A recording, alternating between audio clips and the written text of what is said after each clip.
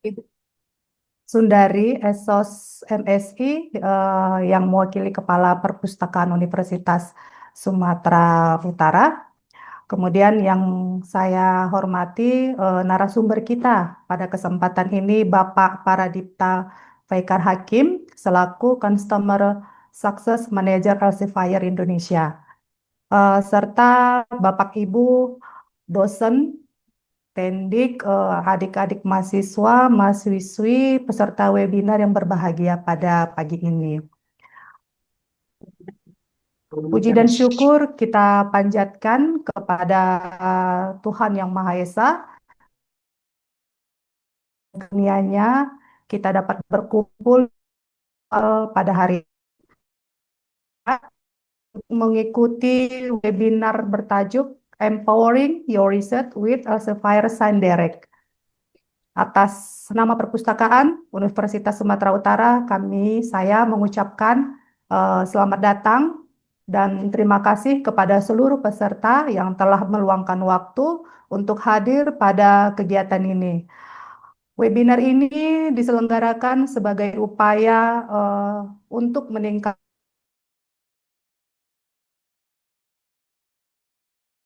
dalam memanfaatkan sumber informasi berkualitas guna mendukung kegiatan pembelajaran, penelitian, dan publikasi ilmiah.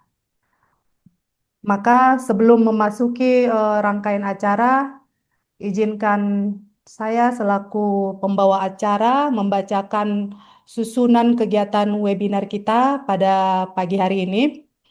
Adapun kegiatan kita dimulai daripada pembukaan. Kemudian nanti setelah pembukaan kita akan melakukan sesi foto bersama untuk dokumentasi. Kemudian nanti dilanjutkan dengan kata sambutan Kepala Perpustakaan Universitas Sumatera Utara yang pada saat ini diwakilkan oleh Sekretaris Perpustakaan Ibu Sundari Esos MSI. Terus dilanjutkan dengan penyampaian materi oleh Bapak Paradipta Faikar Hakim. Nah, setelah penyampaian materi, kita lanjutkan dengan sesi tanya jawab dan diskusi. Nah, di akhir acara nanti tepat di pukul 12 kita penutupan acara webinar. Mungkin itu susunan acara kita pada hari ini. Em, Selanjutnya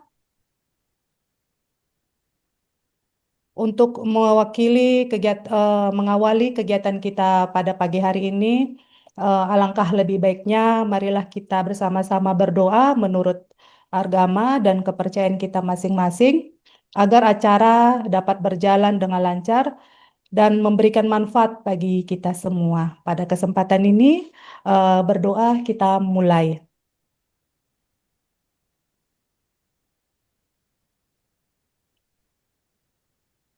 Doa selesai. Oke, selanjutnya kita memasuki sesi foto bersama terlebih dahulu. Kepada tim dokumentasi, boleh dipandu kita untuk melakukan sesi foto bersama. Diharapkan kepada seluruh peserta untuk on cam-nya hormati yang di sini telah hadir pimpinan universitas, dosen, peneliti, mahasiswa, pustakawan, serta seluruh peserta webinar yang berbahagia. Dan tak lupa saya ucapkan juga terima kasih kepada narasumber kita dari Elsevier yang telah hadir hari ini, yaitu Bapak Pradipta. Sebelumnya kita ucapkan puji dan syukur atas kehadiran Tuhan Yang Maha Esa, atas rahmatnya kita dapat berkumpul di secara virtual dalam kegiatan webinar yang tentunya tadi sudah disampaikan oleh MC yang bertajuk Empowering Your Research with Elsevier Science Direct. Nah, tajuk ini berkaitan dengan meningkatkan kualitas dan produktivitas riset melalui pemanfaatan database Elsevier Science Direct. Saya mewakili Kepala Perpustakaan sebagai sekretaris. Sekali lagi mengucapkan selamat datang dan selamat bergabung dan terima kasih atas waktu yang diluangkan ya untuk mengikuti kegiatan ini gitu. Jadi ya juga kami ucapkan terima kasih kepada pihak Elsevier yang telah berkenan untuk berbagi pengetahuan dan kegiatan yang sangat bermanfaat ini. Nah, sebelumnya saya sekedar mengingatkan dan merimain kembali kepada para peserta bahwa eh, perguruan tinggi ini memiliki tanggung jawab yang besar ya dalam menjalankan tridharma perguruan tinggi. Nah, secara era informasi yang sangat berkembang, sangat cepat ini, tentunya keberhasilan pelaksanaan tridharma ini sangat ditentukan oleh kemampuan ya dan kompetensi sivitas akademika dalam mengakses serta mengevaluasi dalam pemanfaatan sumber daya yang telah disediakan oleh perpustakaan. Nah, perpustakaan sendiri ya merupakan pusat sumber pengetahuan yang memiliki peran strategis dalam mendukung kegiatan akademik dan riset. Nah, harapan kami sebagai perpustakaan yang menyediakan sumber daya ini, marilah kita sebaiknya memanfaatkan agar kita bisa mengeluarkan luaran output penelitian yang nantinya akan bermanfaat untuk di lingkungan terutama masyarakat. Nah, eh, salah satu sumber informasi ilmiah yang sangat penting dalam mendukung kegiatan tersebut, salah satunya kami perpustakaan menyediakan apa ya sumber daya Science Direct yang platform menyediakan akses serta jutaan artikel ilmiah, publikasi akademik yang berkualitas dengan berbagai disiplin ilmu melalui manfaat ini secara optimal. Harapan kami para sivitas akademika itu memperoleh referensi yang terpercaya.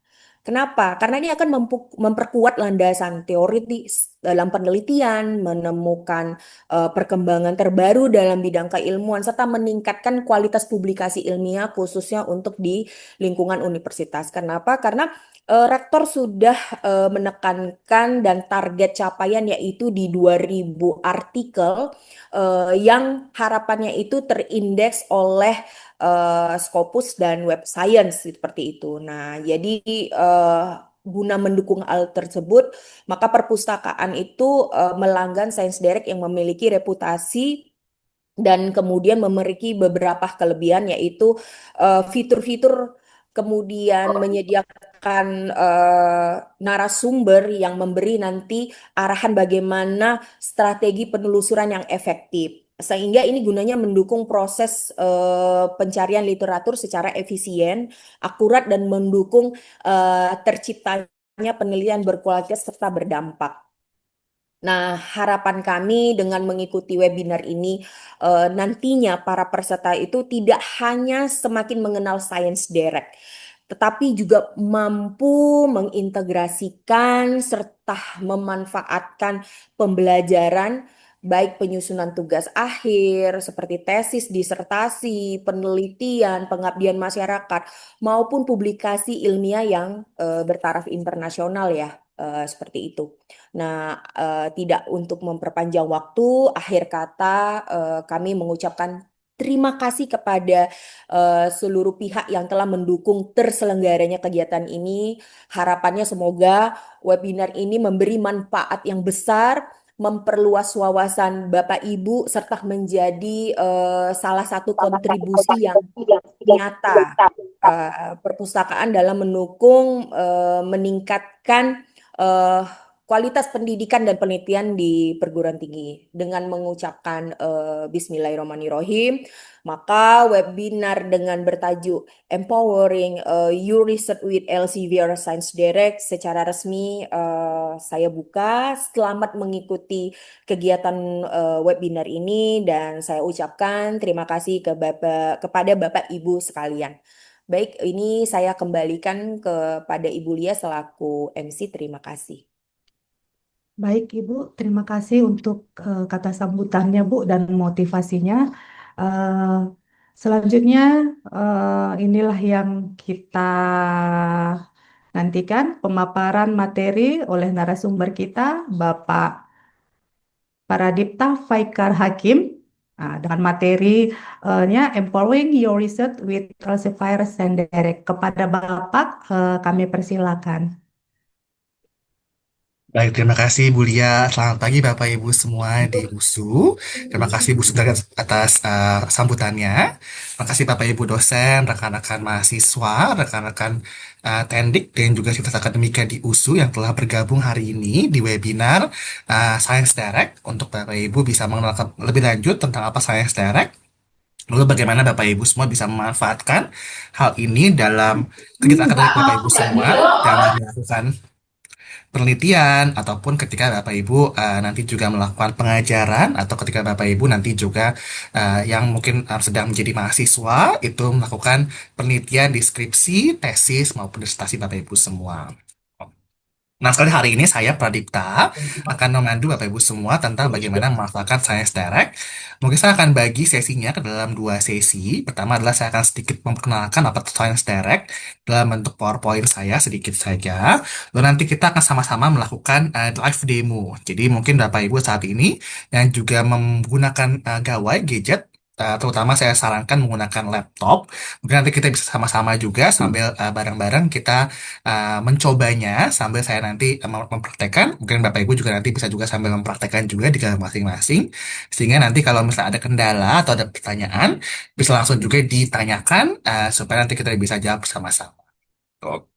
Tapi Ibu nanti kalau ada pertanyaan boleh juga untuk tanya sampaikan di kolom chat. Nanti akan kami jawab di akhir ataupun nanti juga kalau di akhir Bapak Ibu ingin melakukan pertanyaan secara live dengan verbal, silakan juga untuk di unmute di akhir sesi ketika nanti masuk di sesi tanya jawab seperti itu. Saya izin Bapak Ibu semua untuk memperkenalkan sedikit apa itu Science Direct dengan menggunakan PowerPoint.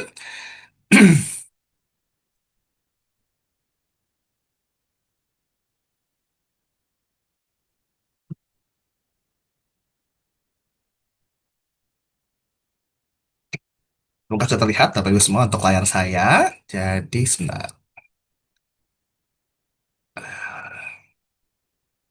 Oke. Mungkin saya akan menunjukkan sedikit kenapa memang Science Direct menjadi salah satu tools yang Bapak Ibu bisa manfaatkan dan juga menjadi tools yang mungkin penting untuk Bapak Ibu semua manfaatkan dalam melakukan kegiatan akademik Bapak Ibu semua gitu. Mungkin sebagai informasi Bapak Ibu, saat ini memang USU sudah melanggan untuk survei Science Direct ini kepada seluruh akademika di USU, baik kepada tendik, baik kepada dosen, baik kepada mahasiswa, sehingga ini semua bisa dimanfaatkan kepada seluruh pihak yang memang dalam USU gitu. Jadi kami harapkan ketika nanti sudah selesai dengan webinar ini, Bapak Ibu tidak berhenti di sini saja, cuma Bapak Ibu bisa terus menerus manfaatkan dengan sebanyak-banyaknya, dengan sebaik-baiknya, pun juga ketika Bapak Ibu nanti juga bertemu dengan rekan-rekan yang lain yang saat ini tidak dalam webinar, mungkin Bapak Ibu juga bisa infokan kepada rekan-rekan yang lain untuk memanfaatkan tools yang serupa. Tuh. Sedikit pembuka, jadi kita sebagai peneliti, sebagai akademisi, itu tentunya kita dihadapkan oleh berbagai macam hal yang memang menjadi tantangan untuk kita semua untuk kita seimbangkan. Pertama adalah kita tentunya ingin stay up to date. Kita ingin terus-menerus mengupdate ilmu pengetahuan kita di bidang ilmu masing-masing. Gitu. Kedua adalah juga tentunya tuntutan sebagai peneliti, sebagai dosen, kita juga ingin punya publikasi. Nah, publikasi yang kita inginkan itu bukan hanya publikasi yang ada saja, tapi juga ingin kita punya publikasi yang juga berdampak. Berdampak maksudnya adalah publikasi yang mungkin bisa masuk dalam jurnal-jurnal top tier, jurnal-jurnal yang memang level tinggi. Mungkin Q1 ataupun Q2 dalam ranking Scopus gitu. Ataupun juga mungkin jurnal-jurnal yang kita bisa memiliki citasi yang memang cukup banyak. Sehingga memang ketika melakukan penelitian itu bisa dimanfaatkan oleh banyak orang, bisa disebarkan lagi oleh orang lainnya. Gitu. Tahap selanjutnya tentu kita juga ingin punya kolaborasi gitu.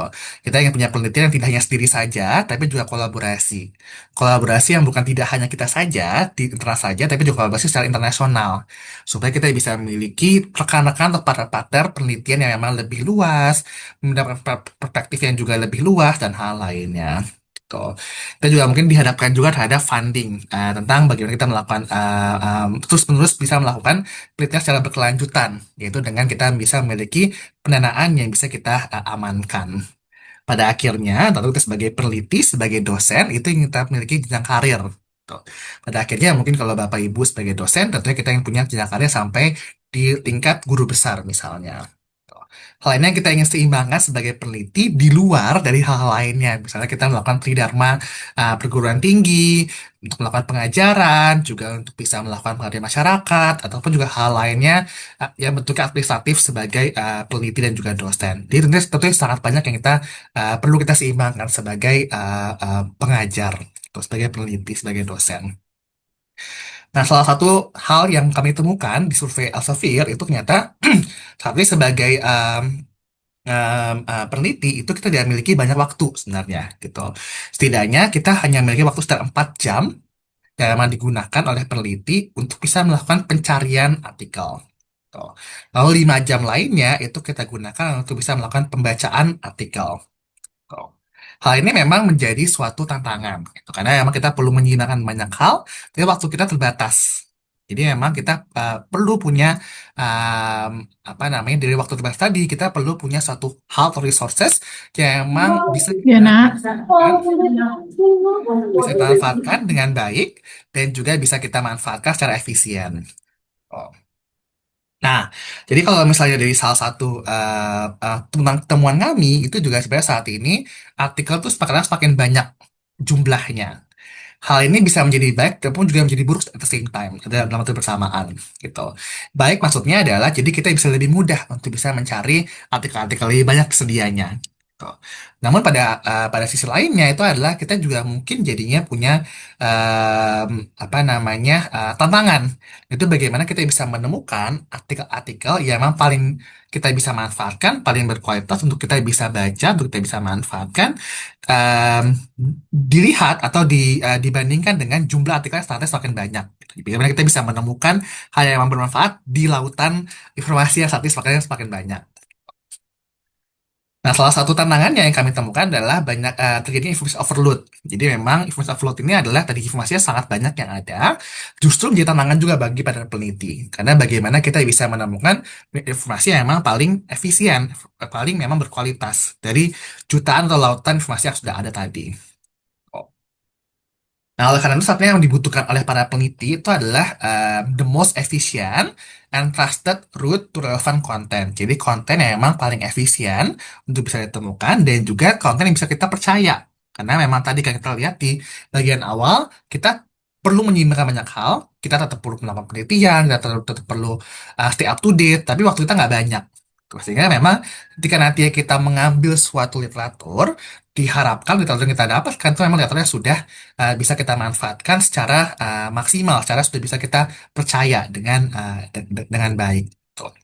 Tentu yang dibutuhkan itu adalah pertama, akses to trustworthy, interdisciplinary, and peer-reviewed scientific Lu literature. ketik mana ini? Aduh, Martin.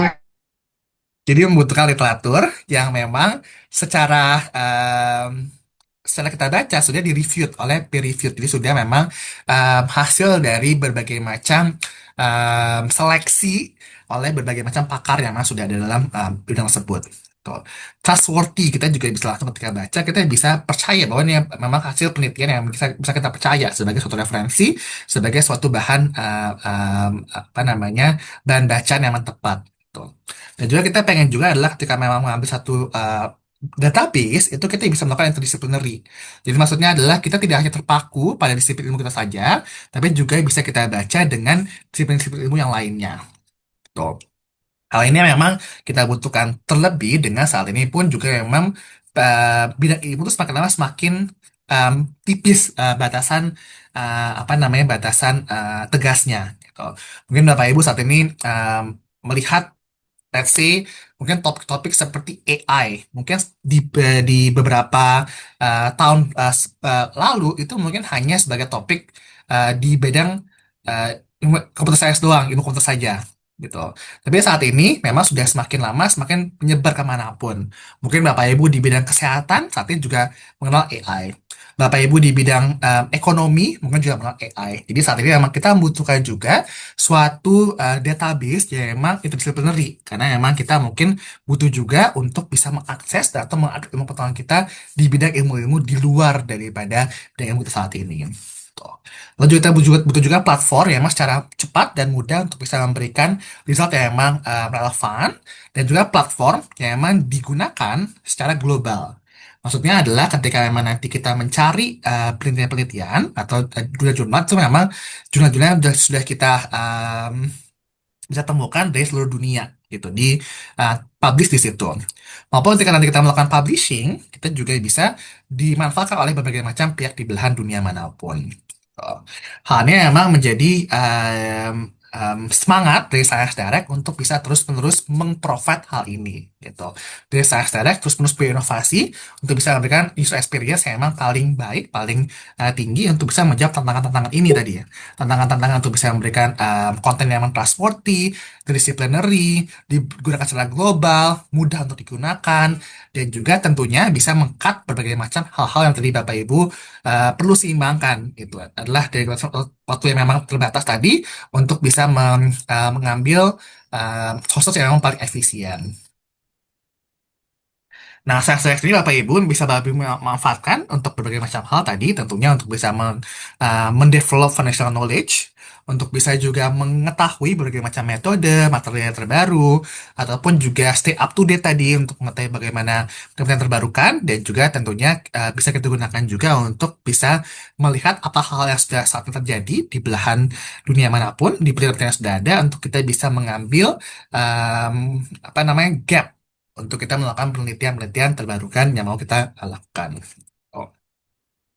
Bapak Ibu, ketika nanti Bapak Ibu menggunakan Science Direct, itu Bapak Ibu bisa menemukan setidaknya 3 tipe konten seperti ini di Science Direct, gitu.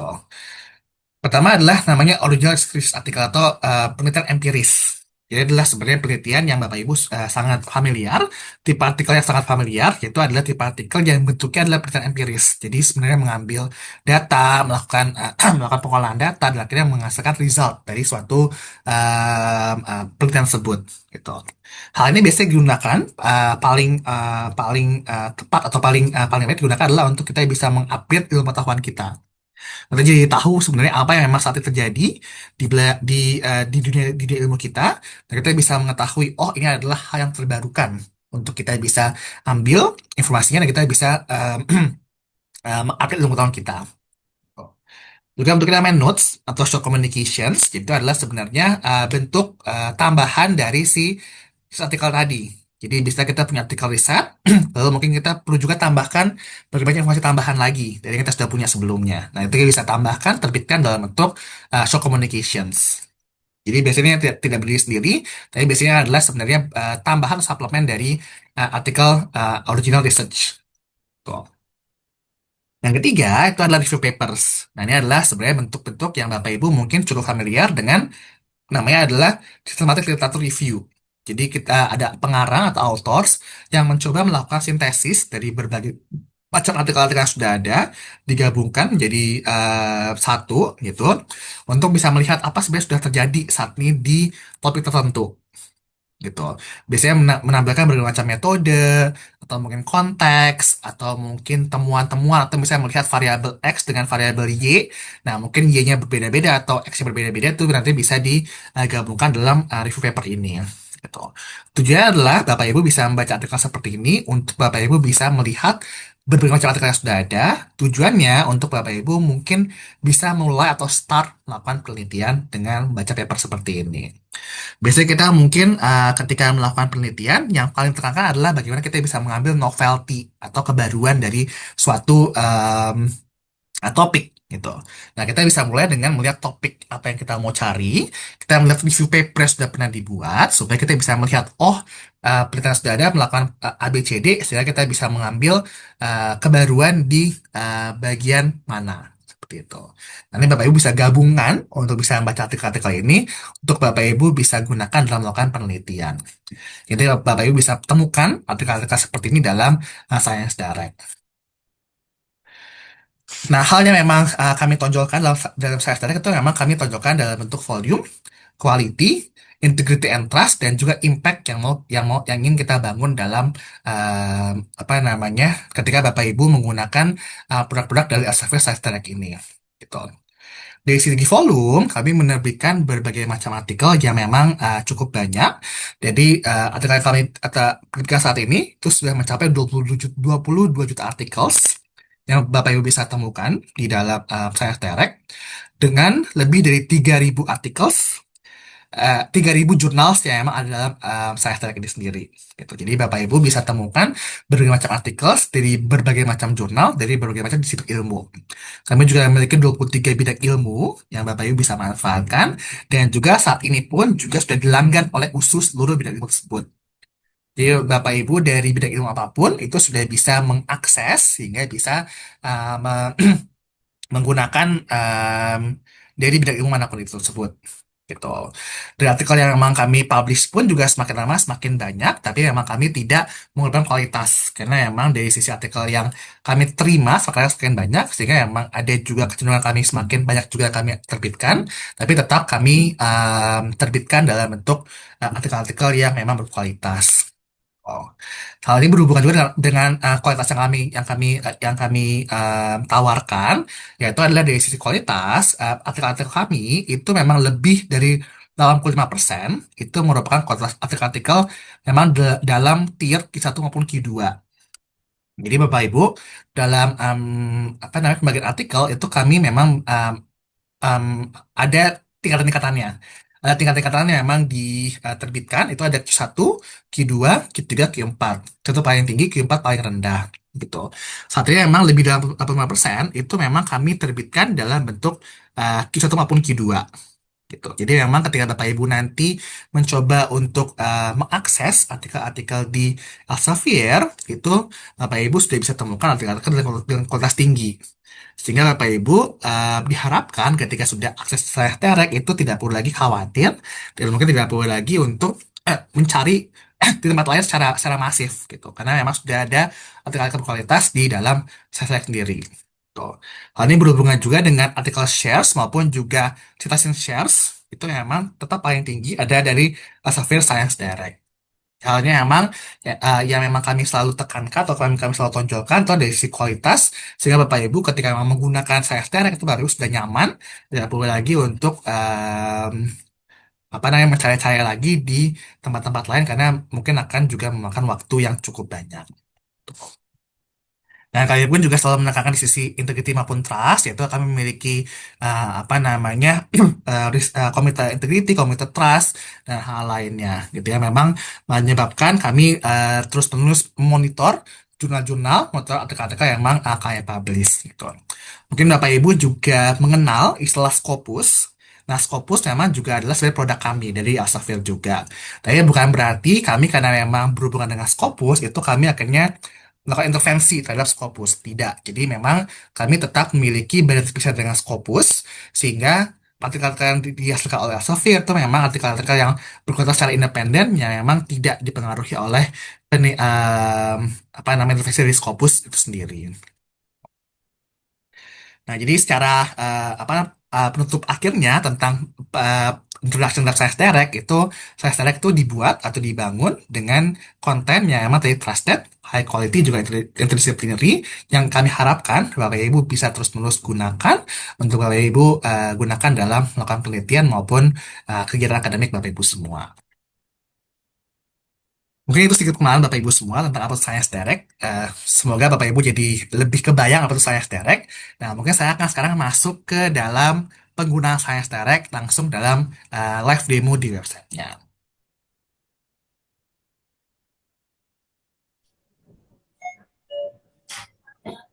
Saya akan share screen.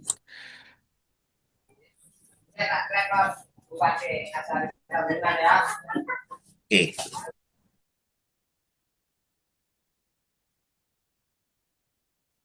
Oke. Bapak Ibu, ini adalah tampilan dari sciencedirect.com yang Bapak Ibu bisa manfaatkan dalam melakukan pencarian dan juga pembacaan artikel. Tuh.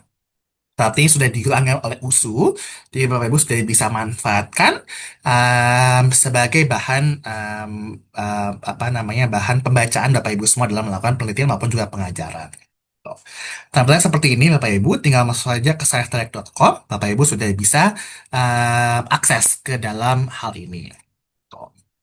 Nah, untuk bisa mengakses Bapak Ibu semua, itu bisa diakses dengan dua metode gitu.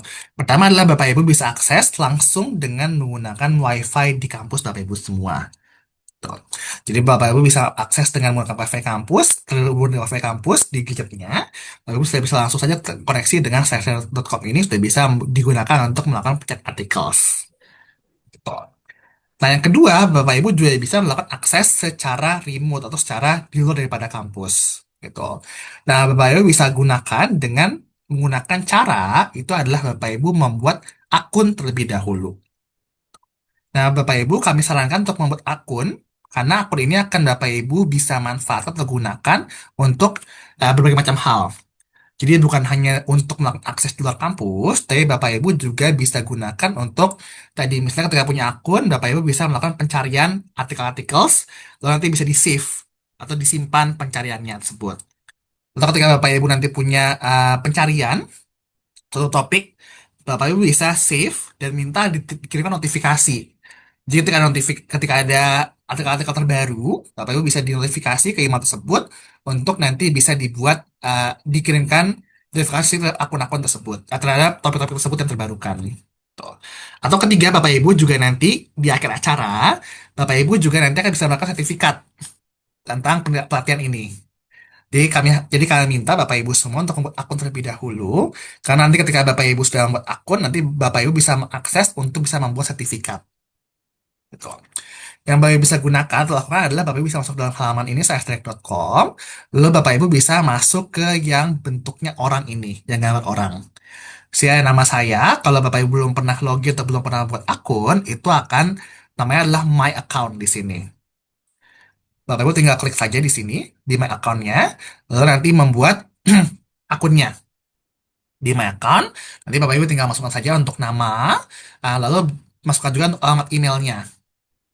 Nah, ketika Bapak Ibu buat alamat email, masuk alamat email, pastikan alamat email yang Bapak Ibu masukkan adalah alamat email yang memang domainnya USU. Jadi jangan Bapak Ibu menggunakan yang domainnya Gmail atau Yahoo, itu tidak bisa. Bapak Ibu pastikan menggunakan yang email domainnya USU. Gitu. Nah, nanti Bapak Ibu tinggal masuk saja untuk alamat emailnya. Nah, nanti Bapak Ibu pastikan juga ketika masuk ke alamat emailnya, alamat email yang dimasukkan adalah alamat email yang bisa diakses. Karena nanti kami akan mengirimkan notifikasi ke dalam alamat email tersebut untuk diverifikasi. Bapak Ibu masuk ke emailnya, lalu nanti tinggal klik saja di emailnya, dan nanti itu akan langsung diverifikasi. Di intinya Bapak Ibu perlu membuat akun terlebih dahulu di Elsevier ini untuk bisa mengakses berbagai macam hal, termasuk ketika nanti Bapak Ibu perlu mendapatkan sertifikat di akhir acara ini. Jadi pastikan Bapak Ibu saat ini sambil lihat demo saya, sambil juga Bapak Ibu membuat akunnya, ya Bapak Ibu ya. Dengan masuk ke sini tadi halaman ini, yang gambar orang, klik My Account, masukkan nama, lalu masukkan alamat emailnya, alamat email USU, lalu nanti klik Continue, nanti akan masuk ke dalam, masuk ke Bapak Ibu masuk ke email masing-masing, lalu nanti Bapak Ibu tinggal klik verifikasi di situ. Oh. Nah, selain itu Bapak Ibu, ketika nanti Bapak Ibu mau mencoba untuk remote akses atau akses di luar kampus, Bapak Ibu tinggal tadi sudah membuat akunnya, Bapak Ibu bisa masuk dalam halaman ini dan scroll ke bagian paling bawah di halaman ini.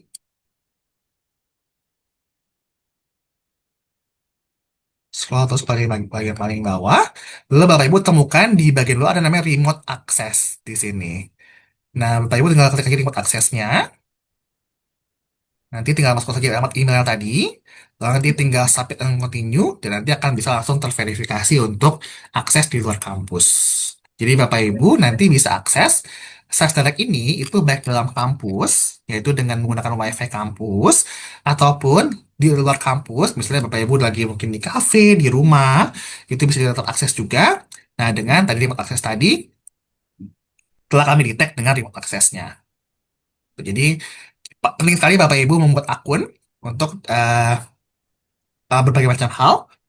Tadi termasuk juga untuk melakukan akses luar kampus, maupun juga nanti ketika Bapak Ibu perlu mendapatkan sertifikat di akhir acara ini. Oke Bapak Ibu, itu tadi untuk akses terlebih dahulu. Lalu kami akan perkenalkan apa saja yang Bapak Ibu bisa manfaatkan di halaman Saya Direct ini. Tuh. Sebenarnya utamanya Bapak Ibu bisa manfaatkan untuk melakukan pencarian articles. Gitu. Tapi sebelum masuk ke pencarian articles, sebentar. Sebelum masuk ke pencarian articles, Bapak Ibu em, bisa melihat apa saja sebenarnya bidang-bidang ilmu yang memang kami miliki. Gitu. Saat ini memang kami memiliki 23 bidang ilmu yang kami bagi dalam 4 kelompok besar. Pertama adalah kelompok Physical Science and Engineering, kedua adalah Life Science, ketiga Health Science, dan keempat adalah Social Science and Humanities. Gitu. Di physical science engineering, Bapak Ibu bisa temukan ada berbagai macam bidang ilmu tadi. Gitu. Misalnya ada computer science, energi, mathematics, dan lain-lainnya. Life science, Bapak Ibu bisa temukan ada misalnya ada agriculture, neuroscience, teknik lingkungan, dan hal lainnya. Health science, Bapak Ibu bisa temukan juga misalnya ada medicine, lalu misalnya ada farmakologi, dan hal lainnya. Lalu social science itu Bapak Ibu bisa temukan misalnya ada business management accounting, decision science, psikologi, dan hal lainnya. Jadi 23 bidang ilmu ini bisa dimanfaatkan dan memang saat ini khusus dan berlangganan untuk seluruh bidang ilmu ini. Jadi Bapak Ibu bisa manfaatkan dari fakultas manapun, Bapak Ibu bisa menggunakan hal ini juga. Tuh. Di halaman ini, misalnya mungkin Bapak Ibu belum tahu nih mau mencari artikel tertentu. Tuh. Nah, dengan memanfaatkan halaman ini, Bapak Ibu bisa melihat apa saja artikel-artikel yang memang Bapak Ibu bisa manfaatkan di bidang ilmu masing-masing. Gitu. Jadi misalnya Bapak Ibu bisa melihat, oh ada artikel-artikel terpopuler di bidang social and humanities. Ya, artikel-artikel yang paling banyak diperbincangkan di sosial media. Itu Bapak Ibu bisa melihat di sini. Atau publikasi paling baru di dalam bidang ilmu yang Bapak Ibu sedang tekuni. Itu Bapak Ibu bisa langsung klik saja di bagian hal ini. Gitu. Itu pertama. Lalu kedua adalah Bapak Ibu juga bisa manfaatkan sebelum mungkin mencari artikel, Bapak Ibu juga bisa masuk ke masih tetap sama di halaman ini. Lalu mungkin Bapak Ibu juga bisa manfaatkan untuk melakukan pencarian topik. Pencarian topik maksudnya apa? Nanti mungkin saya bisa perlihatkan. Cuman misalnya adalah Bapak Ibu belum punya suatu topik. Bapak Ibu ingin mencari inspirasi topik apa ya yang bisa saya explore di bidang ilmu saya. Nah, Bapak Ibu bisa manfaatkan halaman ini. Scroll ke bawah lagi, tetap paling bawah. Scroll terus ke paling bawah.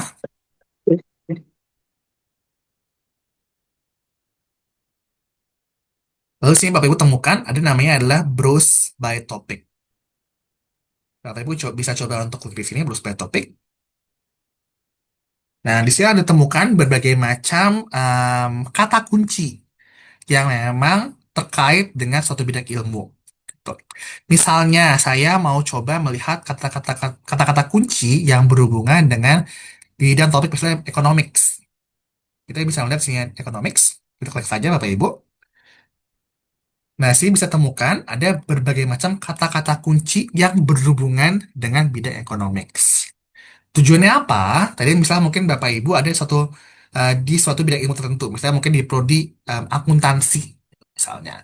Lah, Bapak Ibu ingin melakukan penelitian atau membuat skripsi atau membuat tesis, tapi mungkin tidak tahu nih, saya mau buat tentang apa ya, gitu.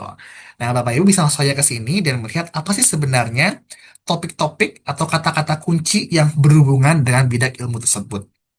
Gitu. Misalnya, oh saya mau coba tahu tentang activity theory misalnya. Jadi kita bisa langsung klik saya di sini. Nah, di sini Bapak Ibu bisa temukan berbagai macam hal. Gitu. Pertama, Bapak Ibu bisa temukan ada definisi singkatnya. Nah, definisi singkat ini Bapak Ibu bisa manfaatkan untuk tadi kan untuk at least tahu, mohon maaf, tahu terlebih dahulu apa sebenarnya definisi di topik ini atau di keyword ini. Tuh. Tujuannya apa? Biasanya kan ketika kita mau tahu sesuatu, kita mungkin bisa mencari di Google atau mencari di Wikipedia gitu untuk tahu apa sih definisi suatu hal. Nah, ketika Bapak Ibu mencarinya di situ, Bapak Ibu bisa memanfaatkan di sini karena emang definisi yang kami uh, tuliskan definisinya emang berdasarkan jurnal. Jadi tentunya definisinya emang lebih akurat. Lalu juga di halaman ini, Bapak Ibu bisa melihat juga berbagai macam artikel-artikel yang berhubungan dengan topik tadi topik activity teori tadi. Kita artikel-artikelnya yang memang berhubungan. Tuh. Karena seperti itu. Lalu juga ada terminologi yang berkaitan. Jadi kalau misalnya tadi saya ngomongin tentang activity teori, sebenarnya apa sih yang berhubungan dengan hal tersebut? Jadi Bapak Ibu misalnya tadi kan, oh activity teori mungkin terlalu basic buat saya. Saya mau tahu nih hal yang berhubungan lagi. Nah, Bapak Ibu bisa manfaatkan untuk di terminologi yang berhubungan. Terakhir juga ada publikasi yang rekomendasi. Nah, ini adalah sebenarnya bisa digunakan dalam dua hal. Tadi misalnya yang pertama adalah kalau saya tertarik dengan topik ini, saya perlu membaca artikel-artikel tentang ini tuh banyaknya di jurnal mana ya. Nah, saya bisa melihat di jurnal-jurnal seperti ini. Itu satu.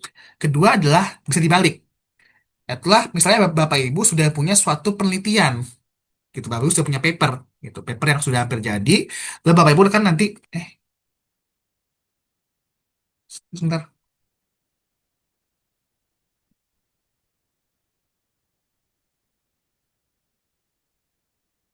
maaf sebentar Bapak Ibu. Sepertinya ada kendala.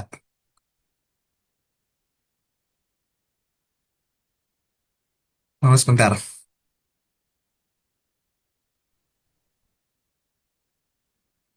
Oh, apakah terlihat share screen saya, Bapak Ibu? Lihat. Terlihat. Ingat ya? Oke, Terlihat, oke. Pak. Maaf, Mohon maaf tadi Terlihat, Pak. sepertinya. Oke, baik, makasih Bapak Ibu. Tadi sepertinya komputer saya tiba-tiba ngehang sedikit gitu.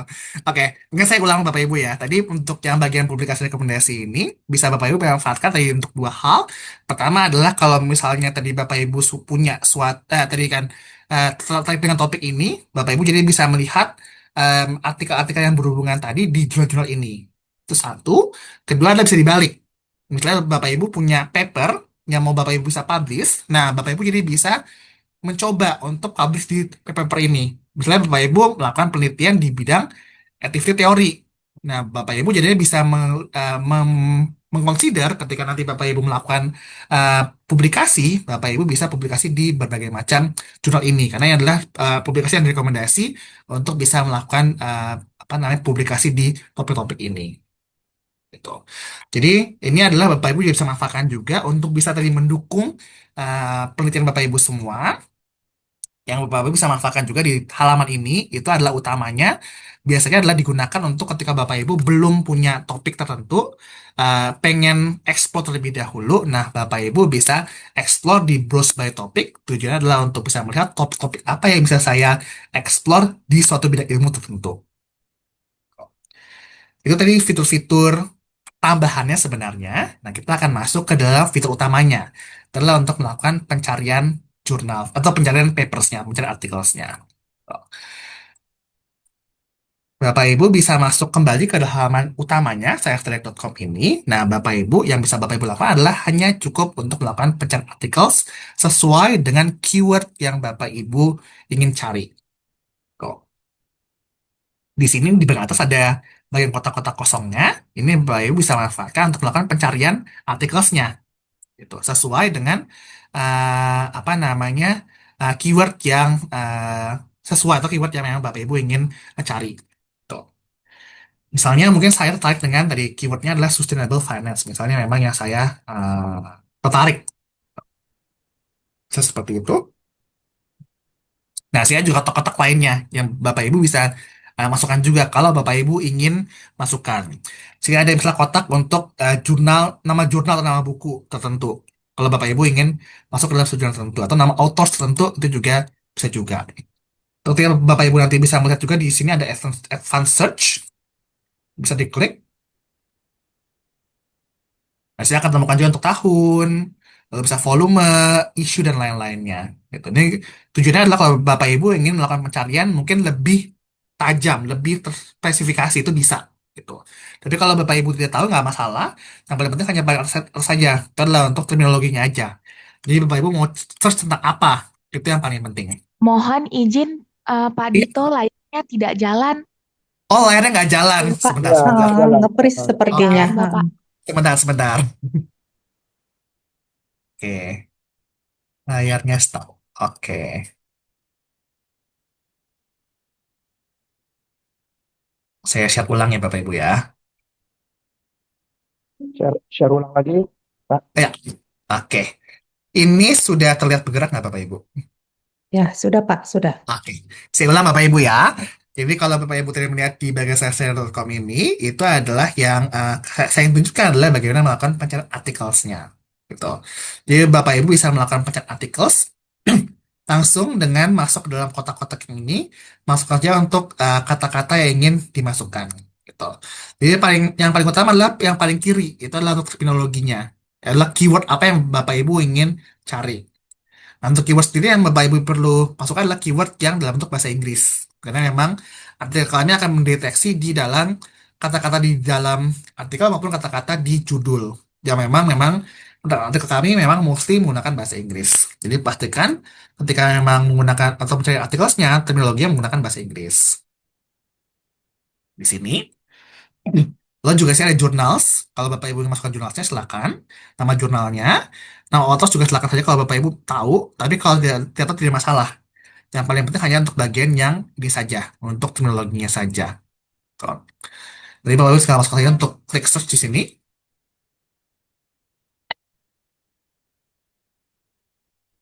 Ketika klik search, kan Bapak Ibu temukan di sini ada resultnya. Itu adalah result artikel-artikel yang sesuai dengan kata kunci ini. Seperti itu. Nah, sebelum masuk ke dalam pencarian atau pembacaan artikelnya, saya bisa apa namanya menyarankan Bapak Ibu semua sebelum jam atau lompat ke dalam membaca artikelnya, mungkin Bapak Ibu bisa melakukan apa namanya filter terlebih dahulu di bagian yang kiri. Tuh. Saya ada filter-filternya, Bapak Ibu bisa manfaat atau bisa dimainkan. Tuh. Pertama ada filter tahun. Ini adalah untuk menunjukkan artikel-artikel sesuai dengan tahun terbitnya. Tuh. Nah, biasanya memang kita mungkin akan lebih tertarik untuk membaca artikel-artikel yang memang lebih baru. Jadi mungkin kita bisa artikel-artikel 2026, 2025, karena memang sesuai dengan tadi untuk bisa melihat artikel-artikel yang up to date dengan bidang ilmu kita. Tuh. Kedua, tipe articles. Nah, yang tadi sempat saya sudah singgung di bagian awal di presentasi saya. Gitu. Itu adalah ada berbagai macam tipe-tipe articles yang Bapak Ibu bisa lihat dalam saya Direct ini. Gitu. Memang kami itu memiliki dua produk utama di saya Direct ini. Itu adalah produk journals, yang kedua adalah produk buku atau e-book. Gitu. Nah, satu yang dilanggar oleh USU itu adalah untuk produk jurnal saja gitu. Jadi, Bapak Ibu ketika membaca artikelnya, itu Bapak Ibu pastikan memilihnya sesuai dengan tipe artikels yang memang tipe artikel journals. Jadi, seperti misalnya ada review articles, research articles, itu Bapak Ibu bisa klik. Nanti bisa keluar untuk hasilnya, atau bisa dibaca hasilnya. Tapi kalau misalnya bentuknya yang buku, misalnya ensiklopedia, book chapter, book review, itu yang memang belum bisa diakses. Jadi kalau Bapak Ibu memilih yang ini, itu nanti tidak bisa dibaca lebih lanjut. Gitu. Jadi pastikan Bapak Ibu memilihnya sesuai dengan tipe artikel yang memang tipe artikel jurnal, yang bisa review articles, tulis artikel, ataupun juga misalnya abstract conference juga bisa untuk Bapak Ibu akses. Tapi bentuknya buku itu ya memang tidak bisa untuk diakses. Lalu juga sih ada juga nama jurnalnya kalau Bapak Ibu juga ingin lebih fokus juga silakan saja untuk pilih untuk bagian nama jurnalnya. Nah, yang penting juga untuk Bapak Ibu juga untuk mainkan adalah bentuk yang subject area. Tadi mungkin saya sempat singgung juga Bapak Ibu bahwa subject area yang kami miliki itu cukup beragam, cukup banyak range-nya. Nah, jadi ketika memang kita menulis satu apa namanya suatu teknologi itu bisa jadi nyangkut ke berbagai macam bidang ilmu lainnya, gitu. Misalnya kan sebutkan adalah sustainable finance, itu mungkin sebenarnya adalah suatu teknologi yang mungkin cukup eratnya dengan bisnis atau accounting, gitu. Tapi ternyata itu bisa juga dibahas dengan bidang ilmu lainnya. Misalnya bahkan bidang ilmu medicine itu bisa juga membahas tentang hal yang sama. Atau misalnya bidang ilmu computer science itu bisa juga membahas hal yang sama. Jadi Bapak Ibu juga pastikan juga ketika memilih subjek areanya, pastikan juga subjek area sesuai dengan yang Bapak Ibu ingin tuju. Tapi juga Bapak Ibu tidak perlu takut juga, karena memang subjek area yang kami yang dilanggar oleh USU semua sudah dilanggan. Jadi kalaupun Bapak Ibu tidak milih subjek area pun juga tidak masalah sebenarnya. Karena Bapak Ibu tetap akan bisa membaca karena seluruh subjek ini sudah dilanggar oleh USU. Jadi tanpa Bapak Ibu klik itu sebenarnya bisa dibaca juga. Tapi kalau misalnya Bapak Ibu ingin lebih tajam atau lebih terarah, Bapak Ibu bisa untuk klik satu karya sesuai dengan yang ingin dituju. Gitu. Pokoknya dia lah sebenarnya di sini yang paling penting untuk Bapak Ibu untuk pilih itu adalah di tipe artikelnya, karena tidak semua tipe artikelnya memang bisa dibaca. Itu saja sebenarnya yang perlu untuk dipilih atau diklik. Tuh. Coba mungkin saya pilih untuk yang list articles di sini. Lalu mungkin saya pilih untuk yang tahun 2026. Adalah 15.000 result untuk yang sustainable finance di tipe list articles. Seperti itu. Nah, ini mungkin akan lebih doable untuk Bapak Ibu baca. Karena tadi kan sebenarnya ada 200.000 lebih untuk resultnya. Itu mungkin Bapak Ibu tidak bisa baca seluruhnya. Tapi kalau misalnya ini mungkin lebih terarah, jadi Bapak Ibu bisa lebih fokus untuk membaca artikelnya. Gitu. Nah, kalau sudah kita pilih filternya, Bapak Ibu bisa untuk mulai melakukan pembacaan artikelnya. Nah, sebelum membaca artikelnya, saya mungkin juga bisa menyarankan Bapak Ibu semua untuk memanfaatkan berbagai macam informasi yang Bapak Ibu bisa temukan di halaman ini, di halaman setiap artikelnya. Gitu. Di sini misalnya saya mungkin mau baca nomor 3. Gitu. Saya ada nama judul artikelnya, ada nama jurnalnya di sini, lalu juga saya ada kapan terbitnya. Gitu. Di sini ada nama pengarangnya. Dan Bapak Ibu, sebelum mungkin baca artikelnya, saya juga bisa menyarankan Bapak Ibu, mungkin ketimbang Bapak Ibu baca artikelnya penuh, full, lalu mungkin nggak sesuai atau nggak cocok, saya juga menyarankan Bapak Ibu untuk baca terlebih dahulu, mungkin abstrak terlebih dahulu. Jadi abstraknya juga Bapak Ibu bisa baca abstraknya untuk melihat rangkumannya sebenarnya tentang apa sih. Karena mungkin terkadang judulnya saja, terkadang mungkin tidak menggambarkan apa sebenarnya isi dari artikelnya. Nah, kita bisa mungkin baca dari sisi abstrak terlebih dahulu. Untuk bisa melihat gambarannya kira cocok atau enggak ya yang perlu saya butuhkan atau tidak ya. Tugas ini juga ada abstrak grafikal kalau memang ada untuk bisa menunjukkan juga tentang gambar-gambar di artikel tersebut. Secara rangkuman dalam bentuk gambar. Dan juga figures untuk bisa juga melihat atau menggambarkan tentang apa saja sebenarnya gambar-gambar yang ada dalam apa artikel tersebut.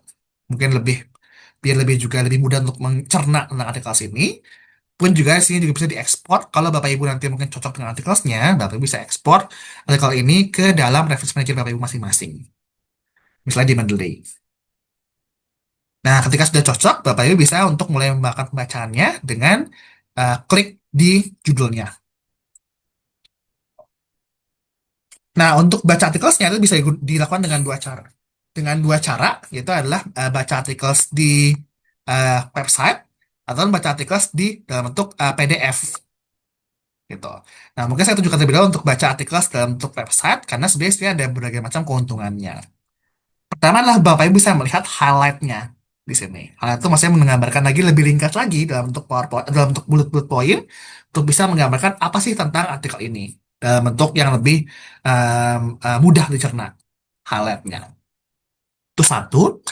Kedua adalah ketika Bapak Ibu melakukan pembacaan artikel di website, Bapak Ibu bisa melihat di bagian kanan ada outline-nya. Outline ini Bapak Ibu bisa manfaatkan untuk bisa langsung masuk ke bagian-bagian tertentu yang Bapak Ibu ingin tuju dalam melakukan apa namanya pembacaan artikel. Gitu. Misalnya, oh saya mungkin lagi baca artikel ini, saya ingin hanya fokus dalam bentuk metodologi saja. Nah, kita langsung bisa klik bagian metodologi dan kita langsung ke apa namanya kearahkan di bagian metodologi saja.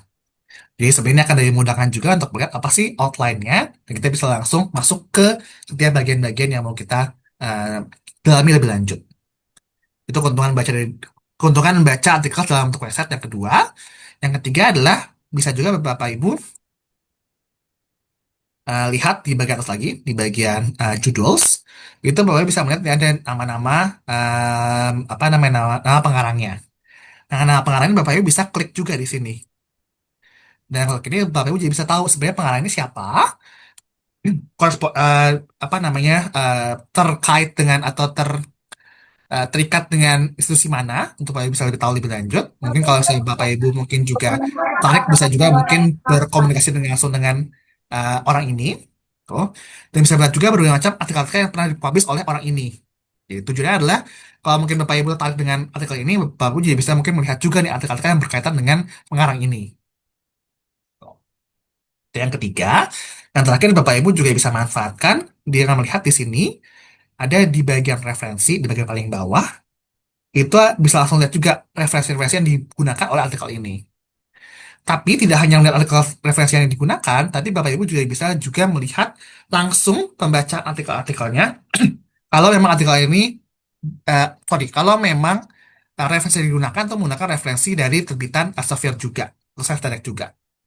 Jadi misalnya ini ada referensi Al-Harbi, itu digunakan oleh artikel ini. Lalu Bapak Ibu melihat sini ada bagian untuk view PDF. Ketika Bapak Ibu lihat view PDF di sini, itu berarti si pengarang ini menggunakan referensi Self-Direct juga. Jadi Bapak Ibu bisa langsung lihat juga apa sih referensi yang digunakan dan bisa langsung Bapak Ibu baca. Jadi ketika Bapak Ibu tadi mungkin save dulu, oh ini adalah referensi yang digunakan, lalu mungkin cari lagi tempat lain. Nah, Bapak Ibu nggak perlu seperti itu. Bapak Ibu cukup hanya dengan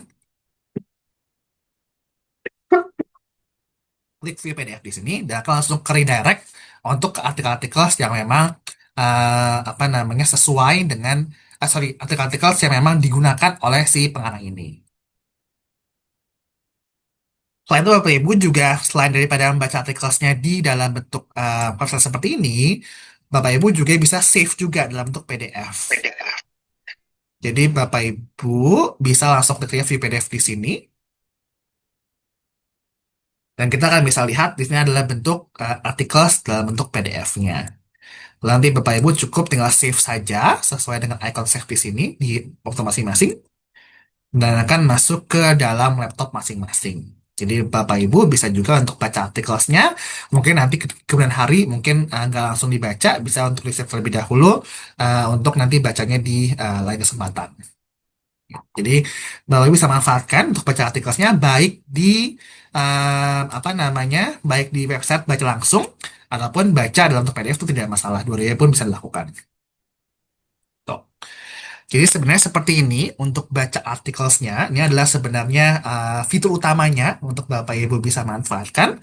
Tujuannya adalah sesimpel Bapak Ibu untuk Mas, cari saja terminologinya, Iya, Mas. cari terminologi sesuai dengan yang memang dibutuhkan, searching, lalu nanti tinggal baca aja artikelnya. Yang Pak, Gitu. Itu adalah sebenarnya memang yang Bapak Ibu perlu lakukan. Gitu. Ya, cukup searching aja, lalu nanti tinggal dibaca artikelnya. Itu Bapak Ibu, mungkin saya tunjukkan juga sedikit juga tadi, sorry, sebentar. Kembali lagi ke halaman pencarian.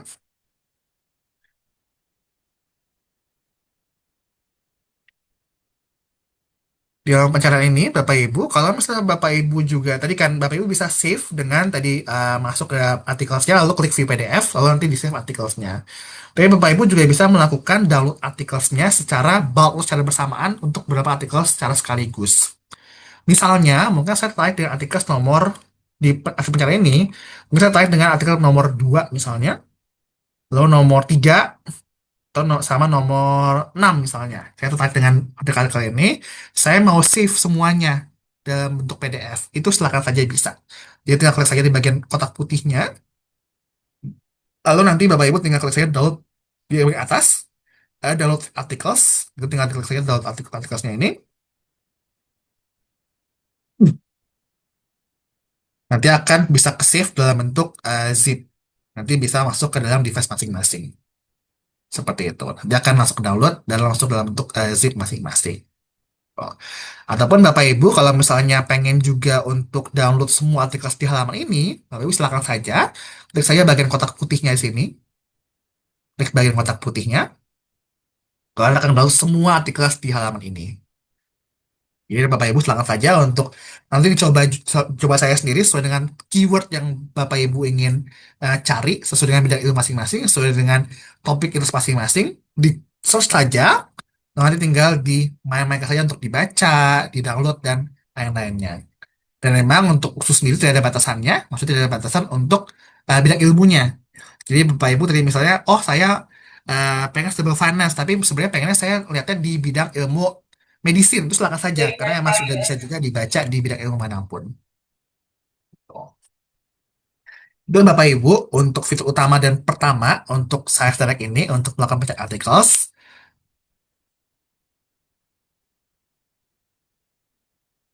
sebenarnya itu adalah fitur utamanya. Saya mau jelas sedikit, mungkin sekitar 10 menit, untuk fitur keduanya sebagai fitur tambahan untuk Bapak Ibu yang mungkin lebih advance saat ini. Maksudnya adalah Bapak Ibu yang memang sudah mungkin sering melakukan penelitian, atau mungkin sudah punya penelitian, lalu nanti kita ingin next step-nya itu adalah kita perlu melakukan publikasi. Tuh. Nah, Bapak Ibu bisa juga manfaatkan untuk melakukan pencarian jurnals itu di Science Direct ini dengan klik di bagian atas Journal and Books di sini, itu Bapak Ibu bisa manfaatkan sebagai fitur kedua kami untuk melakukan pencarian jurnal. Jadi dengan klik di sini Journal and Books, di sini Bapak Ibu bisa untuk melakukan pencarian jurnals yang memang diterbitkan oleh Elsevier. Gitu. Jadi Bapak Ibu bisa melihat di sini ada bisa diklik bagian jurnalsnya. Kita bisa temukan adalah seluruh jurnals yang memang ada dalam penerbit Elsevier. Maksudnya, Bapak Ibu bisa manfaatkan untuk Bapak Ibu nanti melakukan penerbitan juga publikasi di Elsevier kalau Bapak Ibu ingin berminat juga. Tuh. Karena ini banyak jurnalnya, Bapak Ibu bisa melakukan filter terlebih dahulu sesuai dengan subjek area masing-masing. Misalnya mungkin saya tertarikkan dari mungkin dengan bidang ilmu social science untuk bagian business management accounting. Lalu saya ingin tahu untuk subjek areanya adalah untuk accounting saja. Nah ini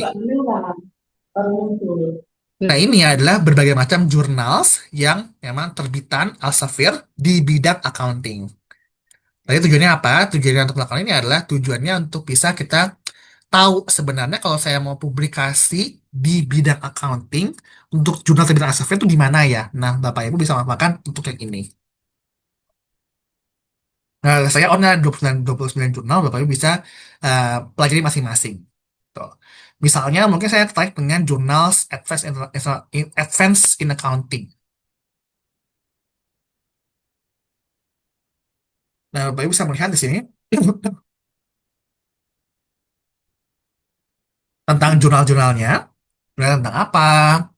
Nah, ini yang juga penting mungkin Bapak Ibu semua adalah ketika mungkin Bapak Ibu nanti melakukan publikasi, hal paling utama adalah basic consideration kita adalah juga tentang kira-kira berapa lama saya butuhkan waktu untuk publish di suatu jurnal. Gitu. Nah, di kami juga menunjukkan kira-kira butuh waktu berapa lama sih untuk publish satu jurnal. Gitu. Walaupun waktu-waktu yang memang kami tunjukkan adalah waktu-waktu yang memang bentuknya adalah rata-rata. Jadi biasanya ini bisa lebih cepat, bisa juga lebih lama. Jadi misalnya kalau saya mau publish di jurnal ini, ternyata itu membutuhkan waktu sekitar 600 hari atau lebih dari setahun atau 1,5 tahun sebenarnya untuk dari mulai submit sampai di accept. Nah, karena kita bisa menimbang-nimbang, kira-kira saya mau nggak ya untuk spend waktu sebanyak ini nih di jurnal ini. Tuh. Yang sebenarnya untuk pertimbangan juga. Lalu juga Bapak Ibu juga bisa melihat juga di bagian bawah ada berbagai macam artikel-artikel yang memang diterbitkan di jurnal ini. Ada artikel latest published, top cited, most downloaded, maupun juga most popular. Gitu. Nah, ini Bapak Ibu bisa manfaatkan. Tujuannya apa? Sebenarnya tujuannya untuk dua. Tadi kalau saya Bapak Ibu memang tertarik untuk melakukan publikasi di jurnal ini, Bapak Ibu jadinya bisa pertama itu adalah membaca artikel-artikel yang pernah publish di jurnal ini. Tujuannya adalah untuk bisa melakukan apa namanya penyesuaian gitu. Jadi misalnya saya udah punya artikel, saya pengen publish di sini nih gitu. Nah, mungkin Bapak Ibu bisa melihat nih bagaimana gaya bahasa, bagaimana cara authors melakukan penyampaian data, penyampaian analisis itu bagaimana yang sudah dilakukan di jurnal terbitan ini. Jadi kita bisa nyama-nyamain atau kita bisa mencoba memadankan dengan apa yang sudah pernah dipublish supaya memang ketika mau publish di jurnal ini kita bisa lebih besar kemungkinannya untuk bisa publish di sini. Itu pertama. Kedua adalah juga biasanya jurnal itu lebih suka kalau kita itu melakukan atau mengsitasi artikel-artikel yang sudah pernah dipublish di jurnal ini, di jurnal tersebut. Gitu.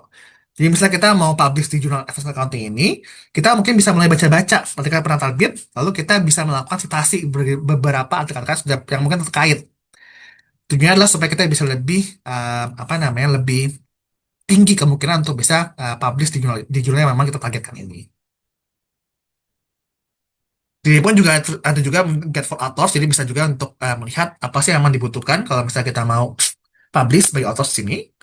Pun juga kalau misalnya kita mau submit juga bisa submit langsung di halaman ini. Lalu fitur kami yang terakhir untuk bisa juga tadi membandingkan para jurnal ini, Bapak Ibu juga bisa manfaatkan di bagian jurnal to compare.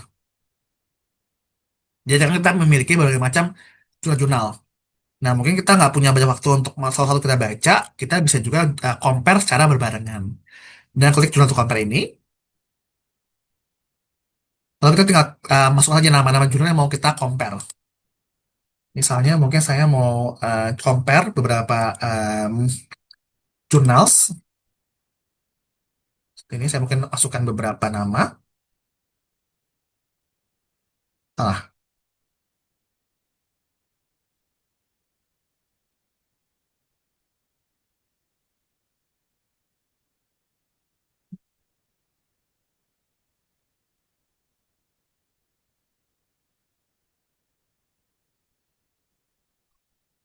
nah, jadi mungkin saya melakukan beberapa nama journals.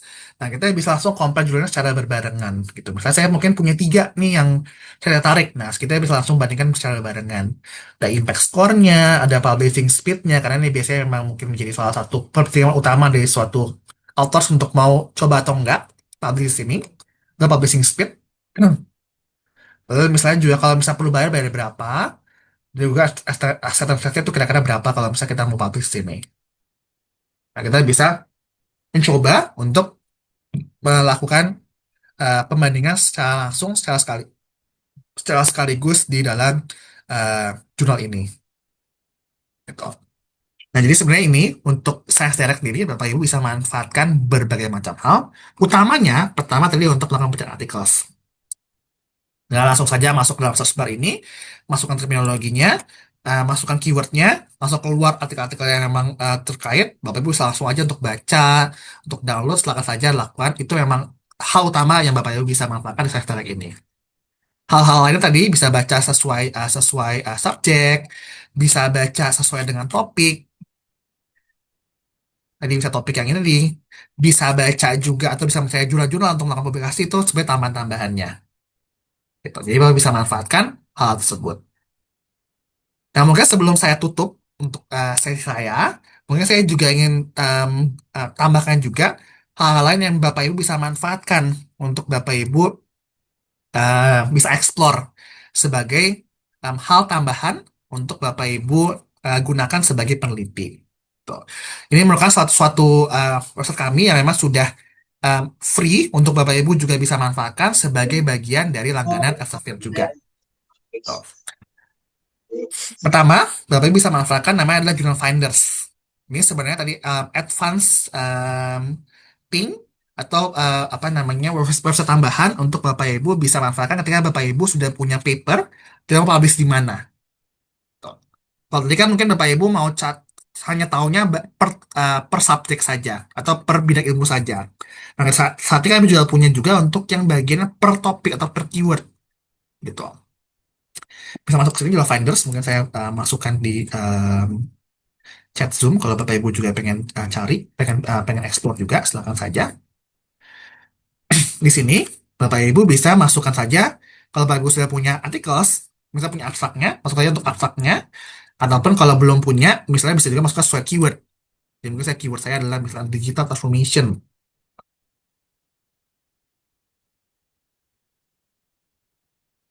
Nah, ini akan terlihat jurnal-jurnal mana yang memang cocok dengan topik saya. Loading.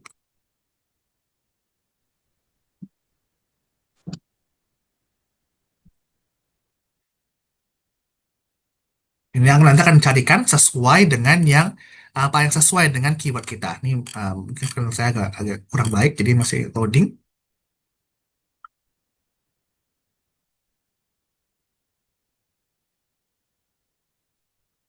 Nah, coba nanti Bapak Ibu silakan saja untuk coba digunakan sendiri. Nanti akan klik saja sesuai dengan keywordnya. Nanti akan bisa matching dengan kira-kira jurnal mana yang sesuai dengan topik kita. Itu yang pertama Bapak Ibu. Yang kedua Bapak Ibu juga bisa manfaatkan juga namanya dari research akademi kami gitu. Ini saya uh, apa- salah. Saya share juga di sini.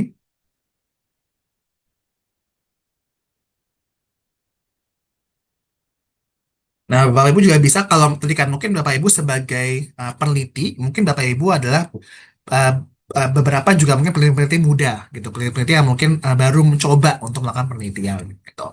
Nah, kami juga menyediakan juga sebuah platform untuk melakukan pembelajaran mandiri gitu untuk bagaimana sih sebagai menjadi peneliti yang baik gitu.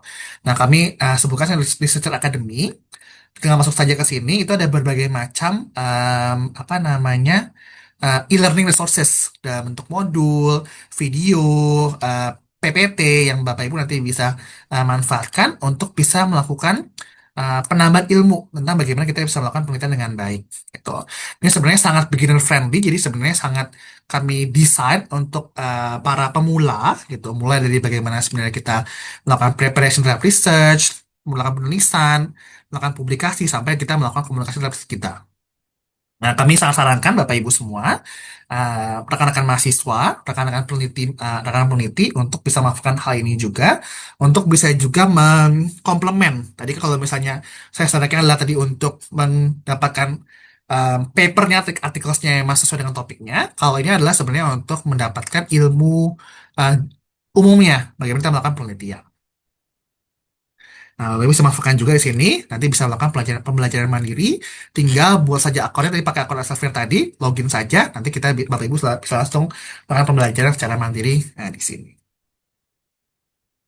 Nah, mungkin itu yang bisa saya sampaikan. Akhir kata, mungkin saya tadi sampaikan kembali bahwa sebisa mungkin Bapak Ibu manfaatkan dengan baik, manfaatkan dengan sebanyak mungkin, semasif mungkin untuk Bapak Ibu bisa melakukan penelitian, pengajaran, dan Bapak Ibu juga mungkin sebagai Bapak Ibu dosen juga mungkin bisa juga untuk diinfokan kepada mahasiswa-mahasiswanya untuk bisa juga memanfaatkan hal ini untuk apa namanya mencari referensi yang lebih berkualitas tanpa mungkin kita pakainya referensi-referensi di luar sana yang mungkin belum terverifikasi apa namanya kredibilitasnya. Mungkin saya akhiri di sini. Silakan Bapak Ibu kalau ada pertanyaan. Baik, terima kasih kepada Pak Dito atas pemaparannya.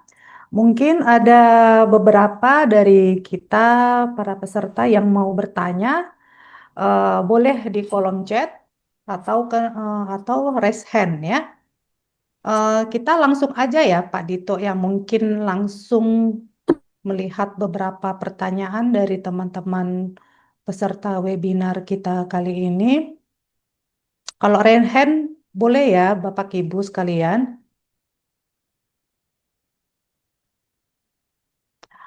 Ini ada pertanyaan Pak Dito di kolom chatnya dari Bapak M. Aron Pase. Apakah ada peluang untuk di-accept jurnal bagi pemula Pak di Elsevier? Apakah mereka lebih memprioritaskan bagi peneliti yang sudah dikenal di Elsevier? Mungkin Bapak bisa langsung jawab. Oke, makasih pertanyaannya Pak Aron ya. Um, um, Sebenarnya kalau di kami itu memang bagaimana jurnal-jurnal kami itu melakukan review terhadap artikel-artikelnya itu memang kami lakukan secara anonim. Maksudnya memang review kami itu biasanya memang tanpa nama, tanpa juga institusi. Seperti itu tujuannya adalah untuk bisa menjaga independensi antara reviewer dengan paper yang direview gitu. Sehingga memang tadi misalnya adalah peneliti-peneliti muda itu atau peneliti-peneliti baru itu tidak untuk kemungkinan kalau misalnya juga ingin melakukan publikasi di Elsevier. Gitu. Karena tadi kan sebenarnya memang apa namanya ada berbagai macam hal yang bisa dimanfaatkan. Tadi misalnya adalah mungkin Pak Aron ketika melakukan penelitian tentunya kita perlu punya referensi yang baik. Nah, dengan pakai Elsevier tadi itu sudah punya referensi yang baik. Gitu. Tadi mungkin tips-tips tambahan. Tadi misalnya Pak Aron mungkin lagi nargetin satu jurnal gitu yang ingin dipublish di Elsevier misalnya. Gitu.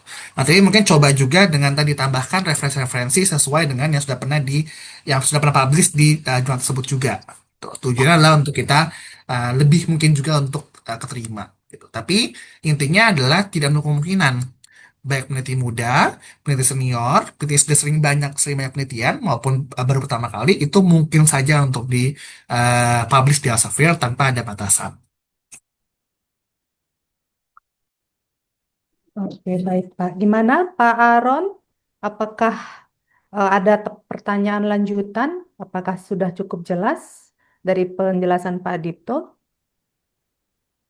Sepertinya sudah jelas, jadi tidak ada pembatasan, mau yang peneliti muda, yang baru, eh, akan di apa ya, dia akan di apa ya, eh, gitu ya Pak ya. Iya benar. Jadi tidak nggak menutup kemungkinan ya. Oke, selanjutnya. Oh ini Pak, ada yang terkendala Masa sih? mungkin tadi remote access dari Bapak Imam Helmi. Ya, Nah, coba kita coba eh, saya share kembali ya. penjelasan ulang lagi. Iya, iya, Oke, iya benar. saya share ulang di sini. Oke, ini kan tadi halaman utamanya Bapak Ibu ya untuk halaman utama saya Direct gitu. Nah, Bapak Ibu yang pertama Bapak Ibu perlu lakukan adalah tadi buat akun terlebih dahulu. Buat akunnya dengan yang tadi ini ada apa namanya ikon orang. Mungkin kalau Bapak Ibu belum pernah apa namanya belum pernah buat akun itu nulisannya namanya my account di sini. Gitu. Ini mungkin karena saya udah pernah jadi sebenarnya akan langsung ada nama saya sih coba ya. Saya out dulu coba deh. Sebentar ya.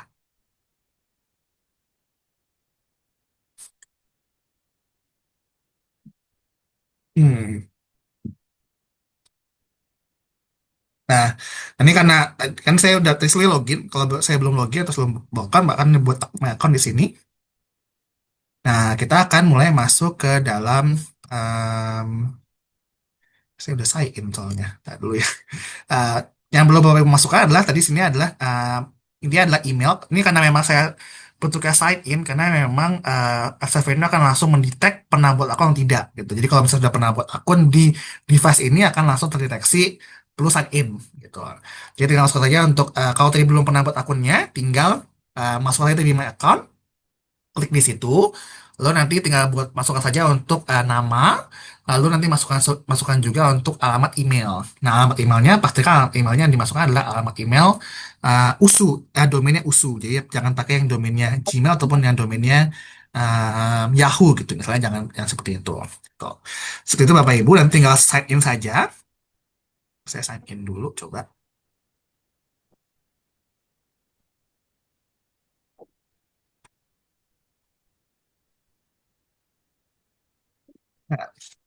Nah, saya error. Nah, ini kayak koneksi saya lagi kurang bagus, jadi sepertinya lagi.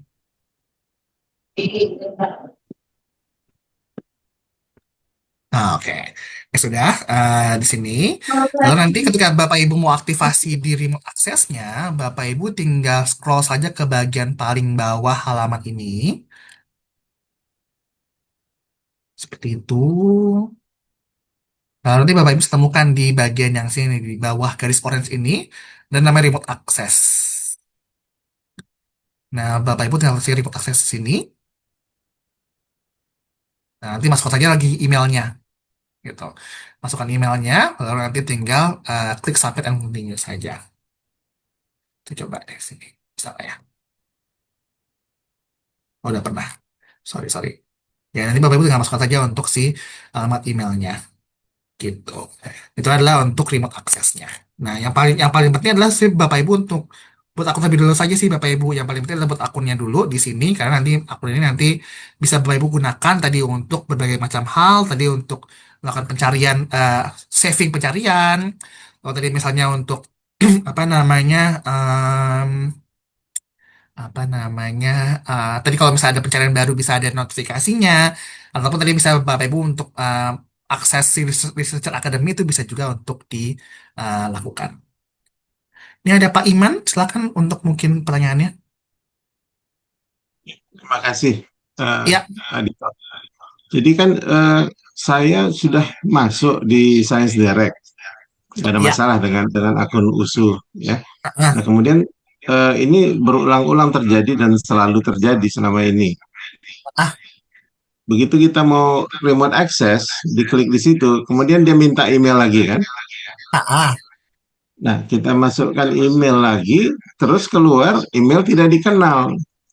Hmm. Nah, ini masalahnya selalu seperti itu gitu. Jadi nggak bisa di luar dari kampus kita nggak bisa, saya nggak bisa akses. Oh, oke. Yang ini coba Pak Iman nanti saya coba cek lagi ya Pak ya. Saya takutnya adalah belum diaktifasi untuk email domainnya gitu. Jadi, coba nanti saya cek kembali Pak Iman. Nanti coba kalau misalnya sudah itu saya akan komunikasikan ke perpustakaan. Nanti perpustakaan mungkin akan boleh infokan juga kepada para peserta gitu ya Pak Iman ya. Saya Terima takutnya kasih. ada settingan yang belum yang belum dilakukan gitu. Terima Coba nanti kasih. saya izin cek dulu ya Pak Iman ya. Terima kasih Pak. Oke, mungkin itu sih. Jadi mungkin tadi kalau misalnya untuk remote aksesnya, saya cek kembali Bapak Ibu. Nah, cuman mungkin yang paling Bapak Ibu lakukan adalah untuk put akun lebih dahulu. Kalau put akun sebenarnya bisa langsung dilakukan aja. Tapi in the meantime, Bapak Ibu tetap bisa akses juga dalam apa namanya dalam kampus. Jadi bisa Bapak Ibu akses dengan menggunakan WiFi kampus itu pasti tidak ada masalah. Baik, Bapak. Jadi, seperti tadi kata Pak Dito, kalau memang nanti ada kendala di masalah remote aksesnya, Pak, boleh dicobakan mengusuk dari yang usus proxy, Pak. Nah, nanti Bapak masuk usus proxy, kemudian login yang menggunakan SSO, kemudian Ah, nanti langsung ambil e-resource, langsung bisa kebuka, Pak. Nah, sambil menunggu, sambil menunggu nanti pengecekan di mana ya kira-kira gitu ya kan Pak Dito. Kemudian nanti tadi yang registrasi juga untuk apa ya Pak ya sertifikat nanti ya Pak ya. Jadi bisa langsung ini nanti pakai email institusi nanti kalau bisa untuk registrasinya. Ya Pak Dito ada yang mau disampaikan? Oh ya betul, tadi mungkin tambahannya adalah karena memang setiap institusi biasanya beda-beda Bapak Ibu. Jadi biasanya memang ada yang pakai SSO tuh mungkin Bulia sempat singgung dengan SSO. Nah sebenarnya SSO itu sebenarnya pengganti remote access gitu. Jadi Bapak Ibu sebenarnya sepertinya yang perlu dilakukan adalah akses menggunakan SSO. Jadi akses menggunakan SSO itu nanti sebenarnya bisa terdetek sebagai juga adalah akses di luar kampus. Jadi sebenarnya Bapak Ibu tinggal masuk saja dengan SSO itu sudah bisa gitu. Karena sebenarnya memang bisa beda-beda gitu. Biasanya ada yang memang pakainya adalah pakai email domain itu bisa langsung deteksi. Tapi ada juga pakai SSO. Nah, mungkin Pak Iman boleh coba juga untuk menggunakan SSO-nya USU gitu. Mungkin Iya, boleh benar seperti itu. sekali. Mungkin nanti Pak Imam, kalau ada kendala, bisa berkunjung ke perpustakaan, Pak, di lantai 1, layanan digital, Pak. Nanti kita siap membantu Bapak bila masih ada kendala, Pak, ya. Kami tunggu kedatangan Bapak di perpustakaan, Pak Imam. Oke, Terima kasih, Bu. selanjutnya, ya, Pak, ya, Pak. Saya Selanjutnya, mungkin per- apa, Pak? ya silakan silakan Bu. Jadi mungkin saya lagi sambil baca sebenarnya untuk baca pertanyaan. Oh, iya, iya, iya, iya, iya. Oke, ada lagi pertanyaannya. Tunggu sih. Mungkin dari Pak Ari ini pertanyaannya tadi tahapan untuk Ari. artikel diterima oleh pihak Ya, betul. jurnal. Em, Sebenarnya sama tadi dengan pertanyaan Pak Aron gitu. Jadi sebenarnya em, emang untuk tahapan-tahapan artikel itu di apa namanya dimulai untuk di publikasi itu adalah dengan kita em, sampai terlebih dahulu langsung ke masing-masing jurnalnya. Tadi misalnya jurnal Elsevier itu ada beberapa gitu. Nah Bapak Ibu bisa saja ke jurnalnya, tadi ke nama jurnalnya, lalu nanti bisa submit through that artikel, submit terhadap di halaman tersebut, lalu sampai saja untuk artikelnya gitu. Nah biasanya nanti untuk round pertama itu adalah nanti akan langsung dilihat terlebih dahulu dari jurnalnya akan menyeleksi apakah memang topik yang Bapak Ibu um, kirimkan itu sesuai dengan yang memang mereka butuhkan. Tuh. Karena biasanya ada namanya dash rejection. Jadi rejectionnya memang langsung di awal. Itu biasanya paling banyak terjadi adalah karena memang tidak sesuai dengan topiknya.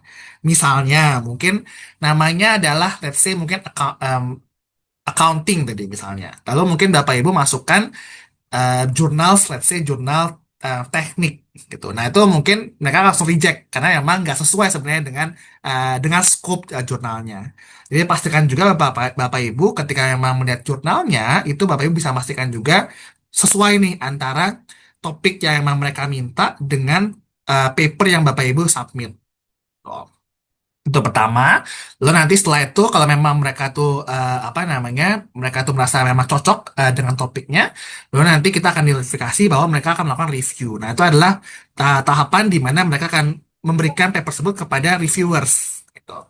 Nah, reviewers akan melakukan reviewnya, nanti biasanya mereka akan tektokan langsung dengan para penulisnya bahwa sebenarnya kalau misalnya review atau misalnya ada revisi seperti apa nanti perlu ditanggapi gitu. Jadi setelah melakukan revisi dan segala macam itu lagi-lagi melakukan revisi belum tentu juga pada akhirnya sebenarnya nanti akan diterima Bapak Ibu gitu. Itu mungkin sebenarnya salah satu tantangannya juga gitu. Jadi pastikan juga melakukan reviewnya itu pastikan juga dijawab dengan tepat kepada reviewersnya. Nanti kalau misalnya mereka memang sudah oke, nanti mereka akan notify bahwa memang sudah di accept, baru pada akhirnya akan dipublish. Seperti itu sih Bapak Ibu. Jadi memang tahapannya adalah nanti ketika memang submit itu akan ada tahapan-tahapan banyak, yaitu ada tahapan di sisi kesesuaian topiknya sesuai atau tidak, lalu nanti perlu juga nanti di review sesuai dengan reviewernya memang sesuai atau tidak dan apa namanya hal lainnya. Nah, tadi kan kalau ada waktunya berbeda-beda, karena terkadang ada juga reviewers yang mungkin cukup ketat, jadi mereka perlu meminta juga untuk review sangat banyak tahapannya, ataupun bisa juga beberapa jurnal itu mungkin cukup banyak nih antriannya, gitu. Jadi biasanya mungkin cukup banyak yang perlu di-review, jadi biasanya mungkin akan cukup lama.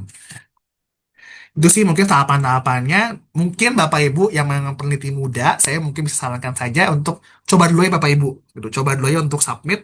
Terkadang kita jadinya cuma punya sense-nya gitu, akhirnya punya apa namanya, punya pengalamannya. Oh, ternyata begini cara melakukan publikasi dan hal lainnya.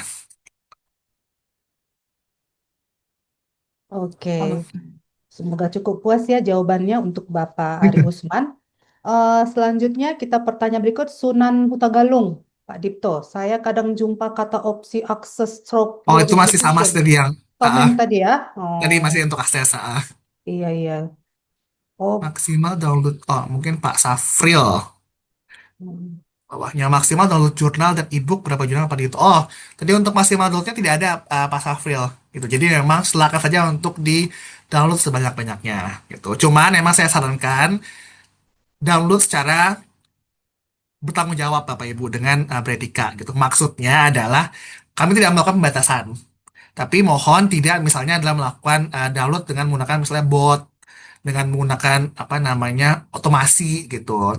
Atau misalnya Bapak Ibu download banyak lalu nanti Bapak Ibu jual lagi keluar gitu. Nah, itu kami akan mendetek nih bahwa memang ada pelanggaran gitu. Kalau dari kami memang tidak ada batasan sama sekali Bapak Ibu. Jadi Bapak Ibu bisa download saja sebanyak mungkin tidak ada masalah gitu. Cuman memang kami hanya sarankan adalah Bapak Ibu silakan download secara beretika dan bertanggung jawab. Jadi Bapak Ibu manfaatkan secara pribadi. Jadi Bapak Ibu manfaatkan kepada untuk kepentingan masing-masing gitu. Jadi jangan untuk dijual lagi atau misalnya jual akun dan hal lainnya gitu. Oke, terima kasih Pak Dito untuk penjelasannya. Ini juga dari panitia juga sudah mengeser bagi Bapak Ibu yang untuk usuproksi ya, bisa nanti dilihat. Ada pertanyaan Pak Dito. Mhm. Itu namanya. Untuk jurnal berbayar bisa dibantu dari USU atau untuk membukanya di perpustakaan? M. Aron Pase tadi Pak, pertanyaan lanjutan. Oh, maksudnya jurnal berbayar itu adalah kita baca artikel berbayar maksudnya Pak Aron ya, gitu. Nah, sebenarnya Pak Aron dengan saat ini USU itu berlangganan saya terek, itu artinya adalah USU, orang-orang di USU, sudah bisa melakukan pembacaan artikel baik yang memang open access, yang gratis, atau yang memang adalah non open access atau subscribe yang maksudnya berbayar artikelnya gitu. Karena sebenarnya dengan kalau misalnya artikel kalau Bapak Ibu tidak berlangganan saya terek itu berarti saya Bapak Ibu perlu bayar untuk baca artikelnya gitu. Nah, saatnya dengan sudah langganan, Bapak Ibu nggak perlu lagi untuk melakukan sebut. Bapak Ibu sudah bisa melakukan pembacaan artikelnya secara gratis. Itu sebenarnya. Jadi tadi sebenarnya keuntungannya tadi dengan Bapak Ibu saat sudah berlangganan saya terek itu jadi Bapak Ibu sudah bisa akses artikelnya gitu sebenarnya. Oke, cukup jelas Pak Aaron? Atau ada mau open mic mau bertanya lagi lebih lanjut? Sepertinya sudah ya. Oke, Oke, setuju. penanya berikutnya Rahmi Carolina. Izin bertanya Pak Dito, setiap saya buka akun Hmm, hmm. tulisannya there is a problem. Sama ya? Sama ya kayak Pak Dito ya? Yang ini mungkin nanti Bu Rahmi, tadi mungkin pertama boleh coba dengan SSO dulu. Kedua adalah kalau memang ada problemnya, mungkin nanti boleh izin Bu Rahmi kontak ke perpustakaan. Perpustakaan nanti stok saya ya, apa akun-akun yang memang ada bermasalahnya. Mungkin nanti, kalau ini saya nggak bisa langsung jawab on the spot, karena mungkin perlu dicek lagi di back end kami. Iya, benar sekali Pak. Ada lagi yang mau bertanya? Waktu kita masih ada, mungkin raise hand bertanya langsung ke Pak Dito. Baik, izin Bu Lia. Ya, Pak Ya, Salim Pak silakan. Dito, izin Pak Dito, saya dari Perpustakaan Nusu, Iya, Salim dari sorry. Perpustakaan Nusu. Ingin menambahkan saja Pak, untuk eh, database Sains Direct ini, uh, khusus melanggan seluruh subjek ilmu Pak ya, disiplin ilmu semua dilanggan. Itu untuk tahun terbitnya ada batasan ya Pak ya? Oh, Tidak semua semua bisa diakses ya Pak ya. Uh, Mungkin informasi saja kepada peserta, barangkali mana tahu ada yang mendownload di tahun terbit uh, nggak salah di 2023 tidak bisa Pak ya, 2024 Pak ya, 2023 hmm. 2024. Jadi, untuk usus sendiri saat ini berlangganan seluruh subjek, tapi Ya, untuk sebentar saya perlu cek kembali. Seingat saya, ini Bapak Ibu saya izin kalau misalnya salah, tapi nanti saya akan informasi pada 2000 perpustakaan. Seingat saya 5 tahun ke 2024 belakang. sampai ya. Ya, Ya, 2024 lima sampai tahun ke belakang. 2026. Iya. Jadi seharusnya Ah, 2026, 2025, 2024, 32. 2000 Seingat saya itu 5 tahun gitu. Tapi saya nanti ya, cek lagi untuk apa perjanjiannya gitu. ya. Cuman memang subjek ilmu seluruh bisa. Untuk tahunnya kalau misalnya memang nanti Bapak Ibu temukan tidak bisa diakses itu sebenarnya biasanya mungkin terjadi karena tahunnya kelamaan gitu. Misalnya mungkin 2001 gitu tuh terlalu lama itu memang tidak dibuka gitu. Sehingga saya memang untuk usul kami buka untuk 5 tahun ke belakang gitu. Ya, baik. Baik ya. Makasih Pak Baik. Dito. Baik, ada lagi yang mau bertanya? Tadi sekedar menambahi juga, kita melanggan Senderek itu sekitar 2.298 judul ya kan Pak, dengan 23 subjek. Sudah cukup banyak dan mudah-mudahan bisa membantu ya, mengcover apa yang menjadi kebutuhan dari sivitas akademika perpustakaan. Ada lagi yang ingin bertanya, raise hand, atau mau open mic langsung? Kami persilakan. Pak Dito, kira-kira kalau kan ada kita mau publish jurnal nih Pak, kan ada yang berbayar, ada yang gratis tuh. Sama nggak itu perlakuannya? Atau misalnya kalau berbayar dia lebih cepat, kayak gitu Pak kira-kira. Atau Betul, dia betul. yang gratis jadinya itunya apa namanya rentan waktunya jadi lebih lama gitu Pak. Oke, oke. Baik, Bu Lia. Mungkin saya coba share dikit. Mungkin tadi apa sih maksud pertanyaan dari Bu Lia gitu. Saya mungkin coba share ke halamannya. Kalau tadi Bapak Ibu mungkin lihat di Science Direct ini, lalu di bagian journals, jadi saya mungkin coba praktekkan lagi deh di bagian yang pencarian jurnalnya. Tuh, dan mungkin business management accounting, lalu account. Nah, Bapak Ibu mungkin tadi bisa melihat nih di sini Coba, ada pilihannya, kamu misalnya ada tuh open access, berapa ada juga tahun? bentuknya Aku adalah pikir kita udah pakai online, cuma satu loh, satu tempat. ada yang bentuknya open access, ada yang bentuknya adalah contain open access gitu. Nah, kalau open access itu sebenarnya adalah berarti full semua artikel yang masuk dalam jurnal ini itu adalah open access. Maksudnya adalah gampangnya berbayar gitu. Jadi memang kita perlu bayar namanya APC gitu, Article Processing Charge yang memang dibebankan kepada para penulisnya gitu. Nah, cuman di saya seleksi karena memang mostly jurnal-jurnal kami itu adalah bentuknya adalah content open access. Content open access maksudnya seperti apa Bapak Ibu? Itu ada penulis itu diberikan pilihan dia mau bayar atau tidak gitu.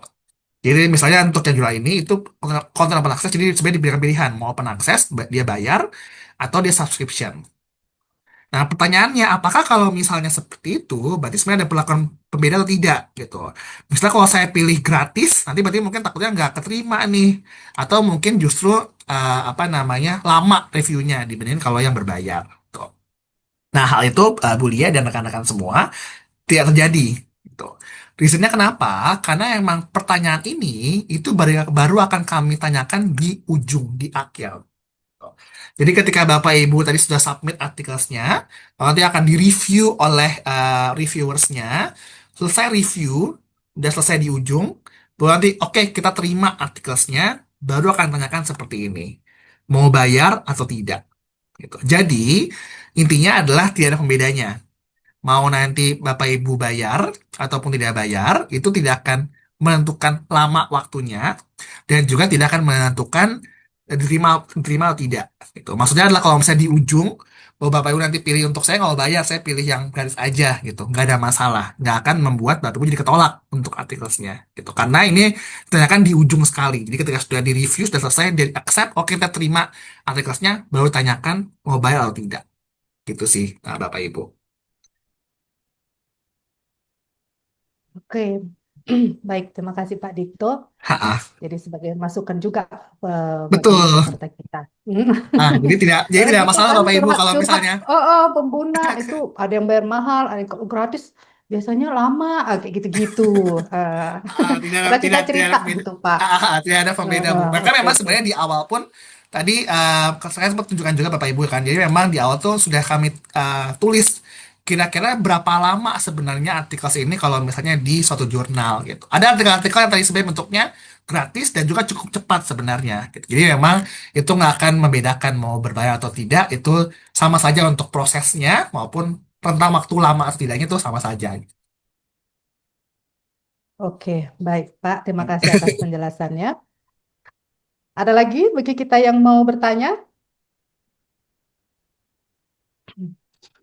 Coba yang raise hand. Oh, tidak ada.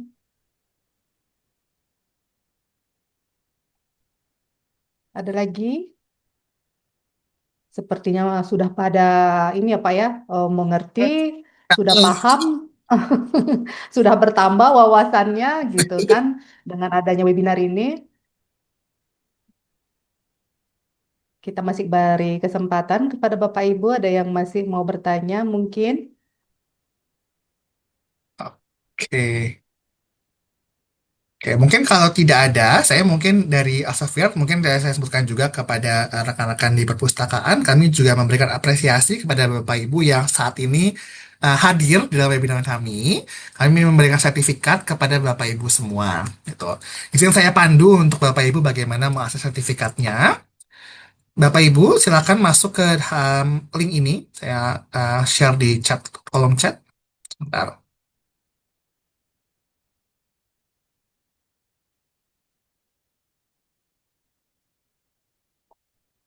Jadi Bapak Ibu selain daripada tadi masuk isi daftar hadir yang dikirimkan oleh Ibu Juni, ya, Bapak Ibu juga silakan juga untuk mengakses halaman ini untuk mendapatkan sertifikat.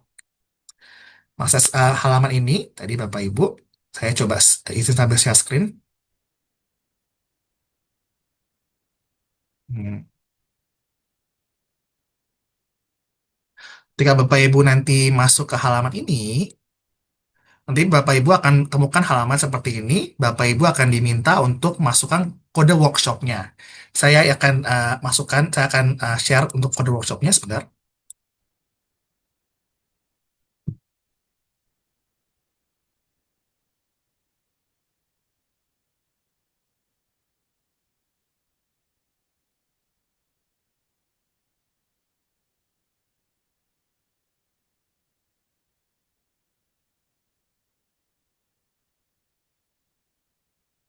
Bapak Ibu tinggal masuk saja ke halaman ini, lalu masukkan untuk kode workshopnya. Maka tadi mungkin tadi saya izin sebelum Bapak Ibu masuk ke halaman ini, pastikan Bapak Ibu juga sudah login ke halaman Research Academy ini, masuk login dengan menggunakan alamat email Elsevier Bapak Ibu masing-masing yang sudah dibuat sebelumnya. Tuh. Masuk ke halaman ini, Bapak Ibu masukkan untuk kode workshopnya dari yang FZMLBD ini. lalu di submit. Nah, Bapak Ibu akan temukan di sini ada untuk Bapak Ibu bisa download sertifikatnya. Gitu. Jadi Bapak Ibu bisa download sertifikat sini. Nanti saya adalah view your profile. Kalau seperti itu, Bapak Ibu bisa langsung klik view your profile dan akan temukannya seperti ini di sini. Bentukannya, sorry. Mungkin kalau tadi Bapak Ibu tidak seperti itu, bisa langsung download sertifikatnya, download SPDF, dan akan temukan sertifikatnya seperti ini. Gitu. Nanti Bapak Ibu bisa temukan untuk sertifikatnya. Cuman kalau Bapak Ibu mungkin bentuknya sedikit beda, bukan download sertifikat langsung, Bapak Ibu bisa masuk ke halaman profil masing-masing di sini.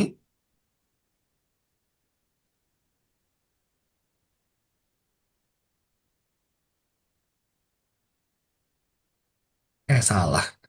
Oke, sebentar ya. Di sini lalu nanti Bapak Ibu bisa temukan untuk apa namanya sertifikatnya di halaman yang sudah tadi ditampilkan. Mungkin saya izin lagi, Bapak Ibu saya ulang. Jadi Bapak Ibu masuk ke halaman yang ini, yang saya tadi sudah sebutkan di awal, yang untuk research workshop ini. Nah, di sini workshop, di apa namanya di link yang pertama, lalu masukkan kodenya. Kodenya adalah tadi yang saya sudah sebutkan juga di kolom chat, itu adalah yang FZMLBD. Oh, di sini masukkan sini, diklik, lalu submit saja. Nanti Bapak Ibu bisa temukan di sini untuk download PDF dari sertifikatnya. Kalau nggak langsung seperti ini, Bapak Ibu bisa klik view your profile-nya di profile yang seperti ini. Lalu nanti Bapak Ibu bisa temukan di bagian bawahnya ada sertifikat yang Bapak Ibu bisa klik. Di situ nanti Bapak Ibu bisa temukan untuk sertifikatnya. Semoga membantu Bapak Ibu. Nah, ini saya buka dalam.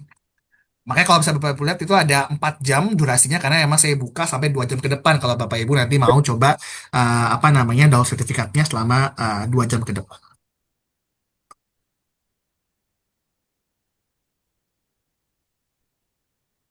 Oke. Jadi mungkin ada satu pertanyaan lagi Iya, dari satu lagi nih Pak, Pak, sebelum kita Pak tutup Tisna ini ya. Pak. Mm-mm. Oke, Pak Dito, apakah yang tidak berbayar dibanding yang berbayar di game publish? Apakah yang tidak berbayar bisa open access? Oh, oke. Tadi mungkin Pak Tisna saya izin share screen lagi.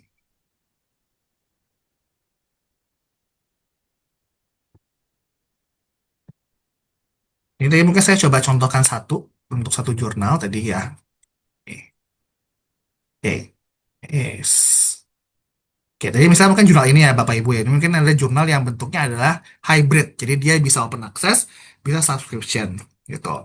Nah, jadi kalau misalnya seperti ini, tadi kan kita submit dulu terlebih dahulu, lalu nanti di review, lalu nanti sudah di accept, baru nanti akan ditanyakan di ujung mau open access atau subscription gitu. Open access maksudnya adalah author atau penulisnya itu bayar EPC. Tujuannya apa? Tujuannya adalah supaya para pembacanya itu bisa akses artikelnya bagaimanapun caranya. Maksudnya adalah meskipun mungkin si pembacanya itu tidak pernah punya subscription di Science Direct, itu tetap bisa baca. Tuh. Nah, kalau subscription itu berarti sebenarnya artikel tersebut baru bisa dibaca ketika pembacanya itu punya subscription di Science Direct Elsevier gitu. Jadi terserah aja Bapak Ibu mau pilih yang mana gitu. Kalau misal open access berarti Bapak Ibu yang bayar, cuman pembacanya itu nggak bayar sebenarnya. Pembacanya itu mereka bisa akses artikelnya tanpa uh, berlangganan. Gitu. Kalau subscription itu adalah penulisnya itu nggak perlu bayar apapun. Nanti yang bayar sebenarnya adalah pembacanya. Gitu. Nah, jadi kalau misalnya tadi kalau Bapak pilih open access, berarti sebenarnya si artikel tersebut itu apa namanya bisa dibaca tanpa perlu berlangganan. Kalau subscription itu berarti si pembacanya perlu berlangganan terlebih dahulu. Tuh.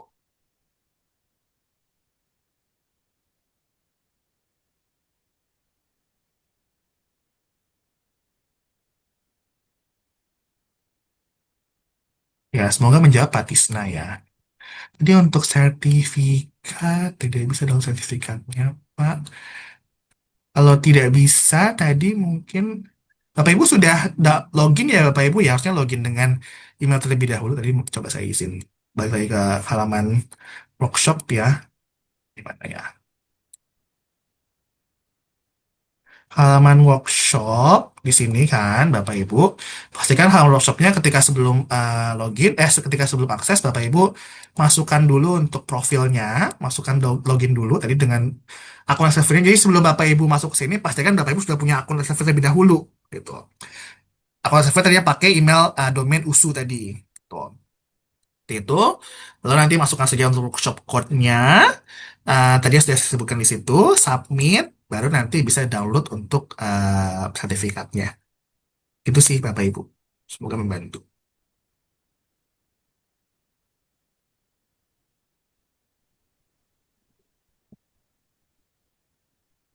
Mungkin dari saya seperti itu, mungkin ada pertanyaan lagi.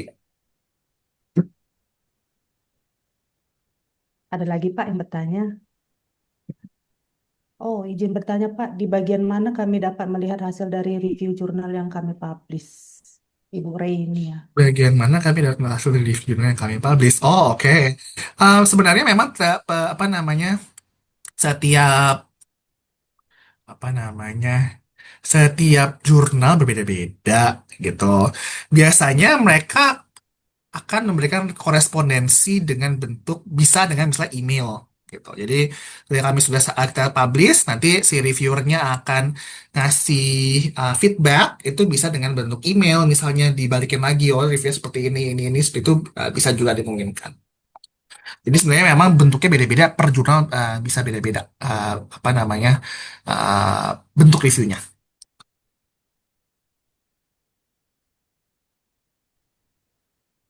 Nah, sudah bisa Pak. Alhamdulillah, terima kasih sudah Alhamdulillah. bisa download sertifikat. Oke, Berarti sudah aman ya Pak. Berarti oke. dengan berakhirnya sesi tanya jawab kita pada hari ini, maka berakhir pula lah acara webinar kita pada hari ini. Ya kan Pak, kita tutup lah ya Pak ya. Karena jamnya juga sudah mendekati batas waktunya. Berkaitan dengan webinar Employing Your Research with Elsevier and Direct pada hari ini, saya mengucapkan terima kasih kepada Pak Dito yang pada hari ini telah men-sharingkan wawasannya kepada kita semua. Kemudian saya ucapkan terima kasih kepada Sekretaris Perpustakaan Ibu Sundari SOSMSI-nya, serta kepada seluruh peserta webinar, ada dari Bapak Ibu dosen, mahasiswa, mahasiswi USU, eh, Tendik, pegawai Tendik kita atas meluangkan waktunya juga di kesempatan webinar ini. Saya juga mengingatkan pada kesempatan ini kepada Bapak Ibu yang belum mengisi link presensi atau sudah bisa diisi, atau ada yang terlupa ya.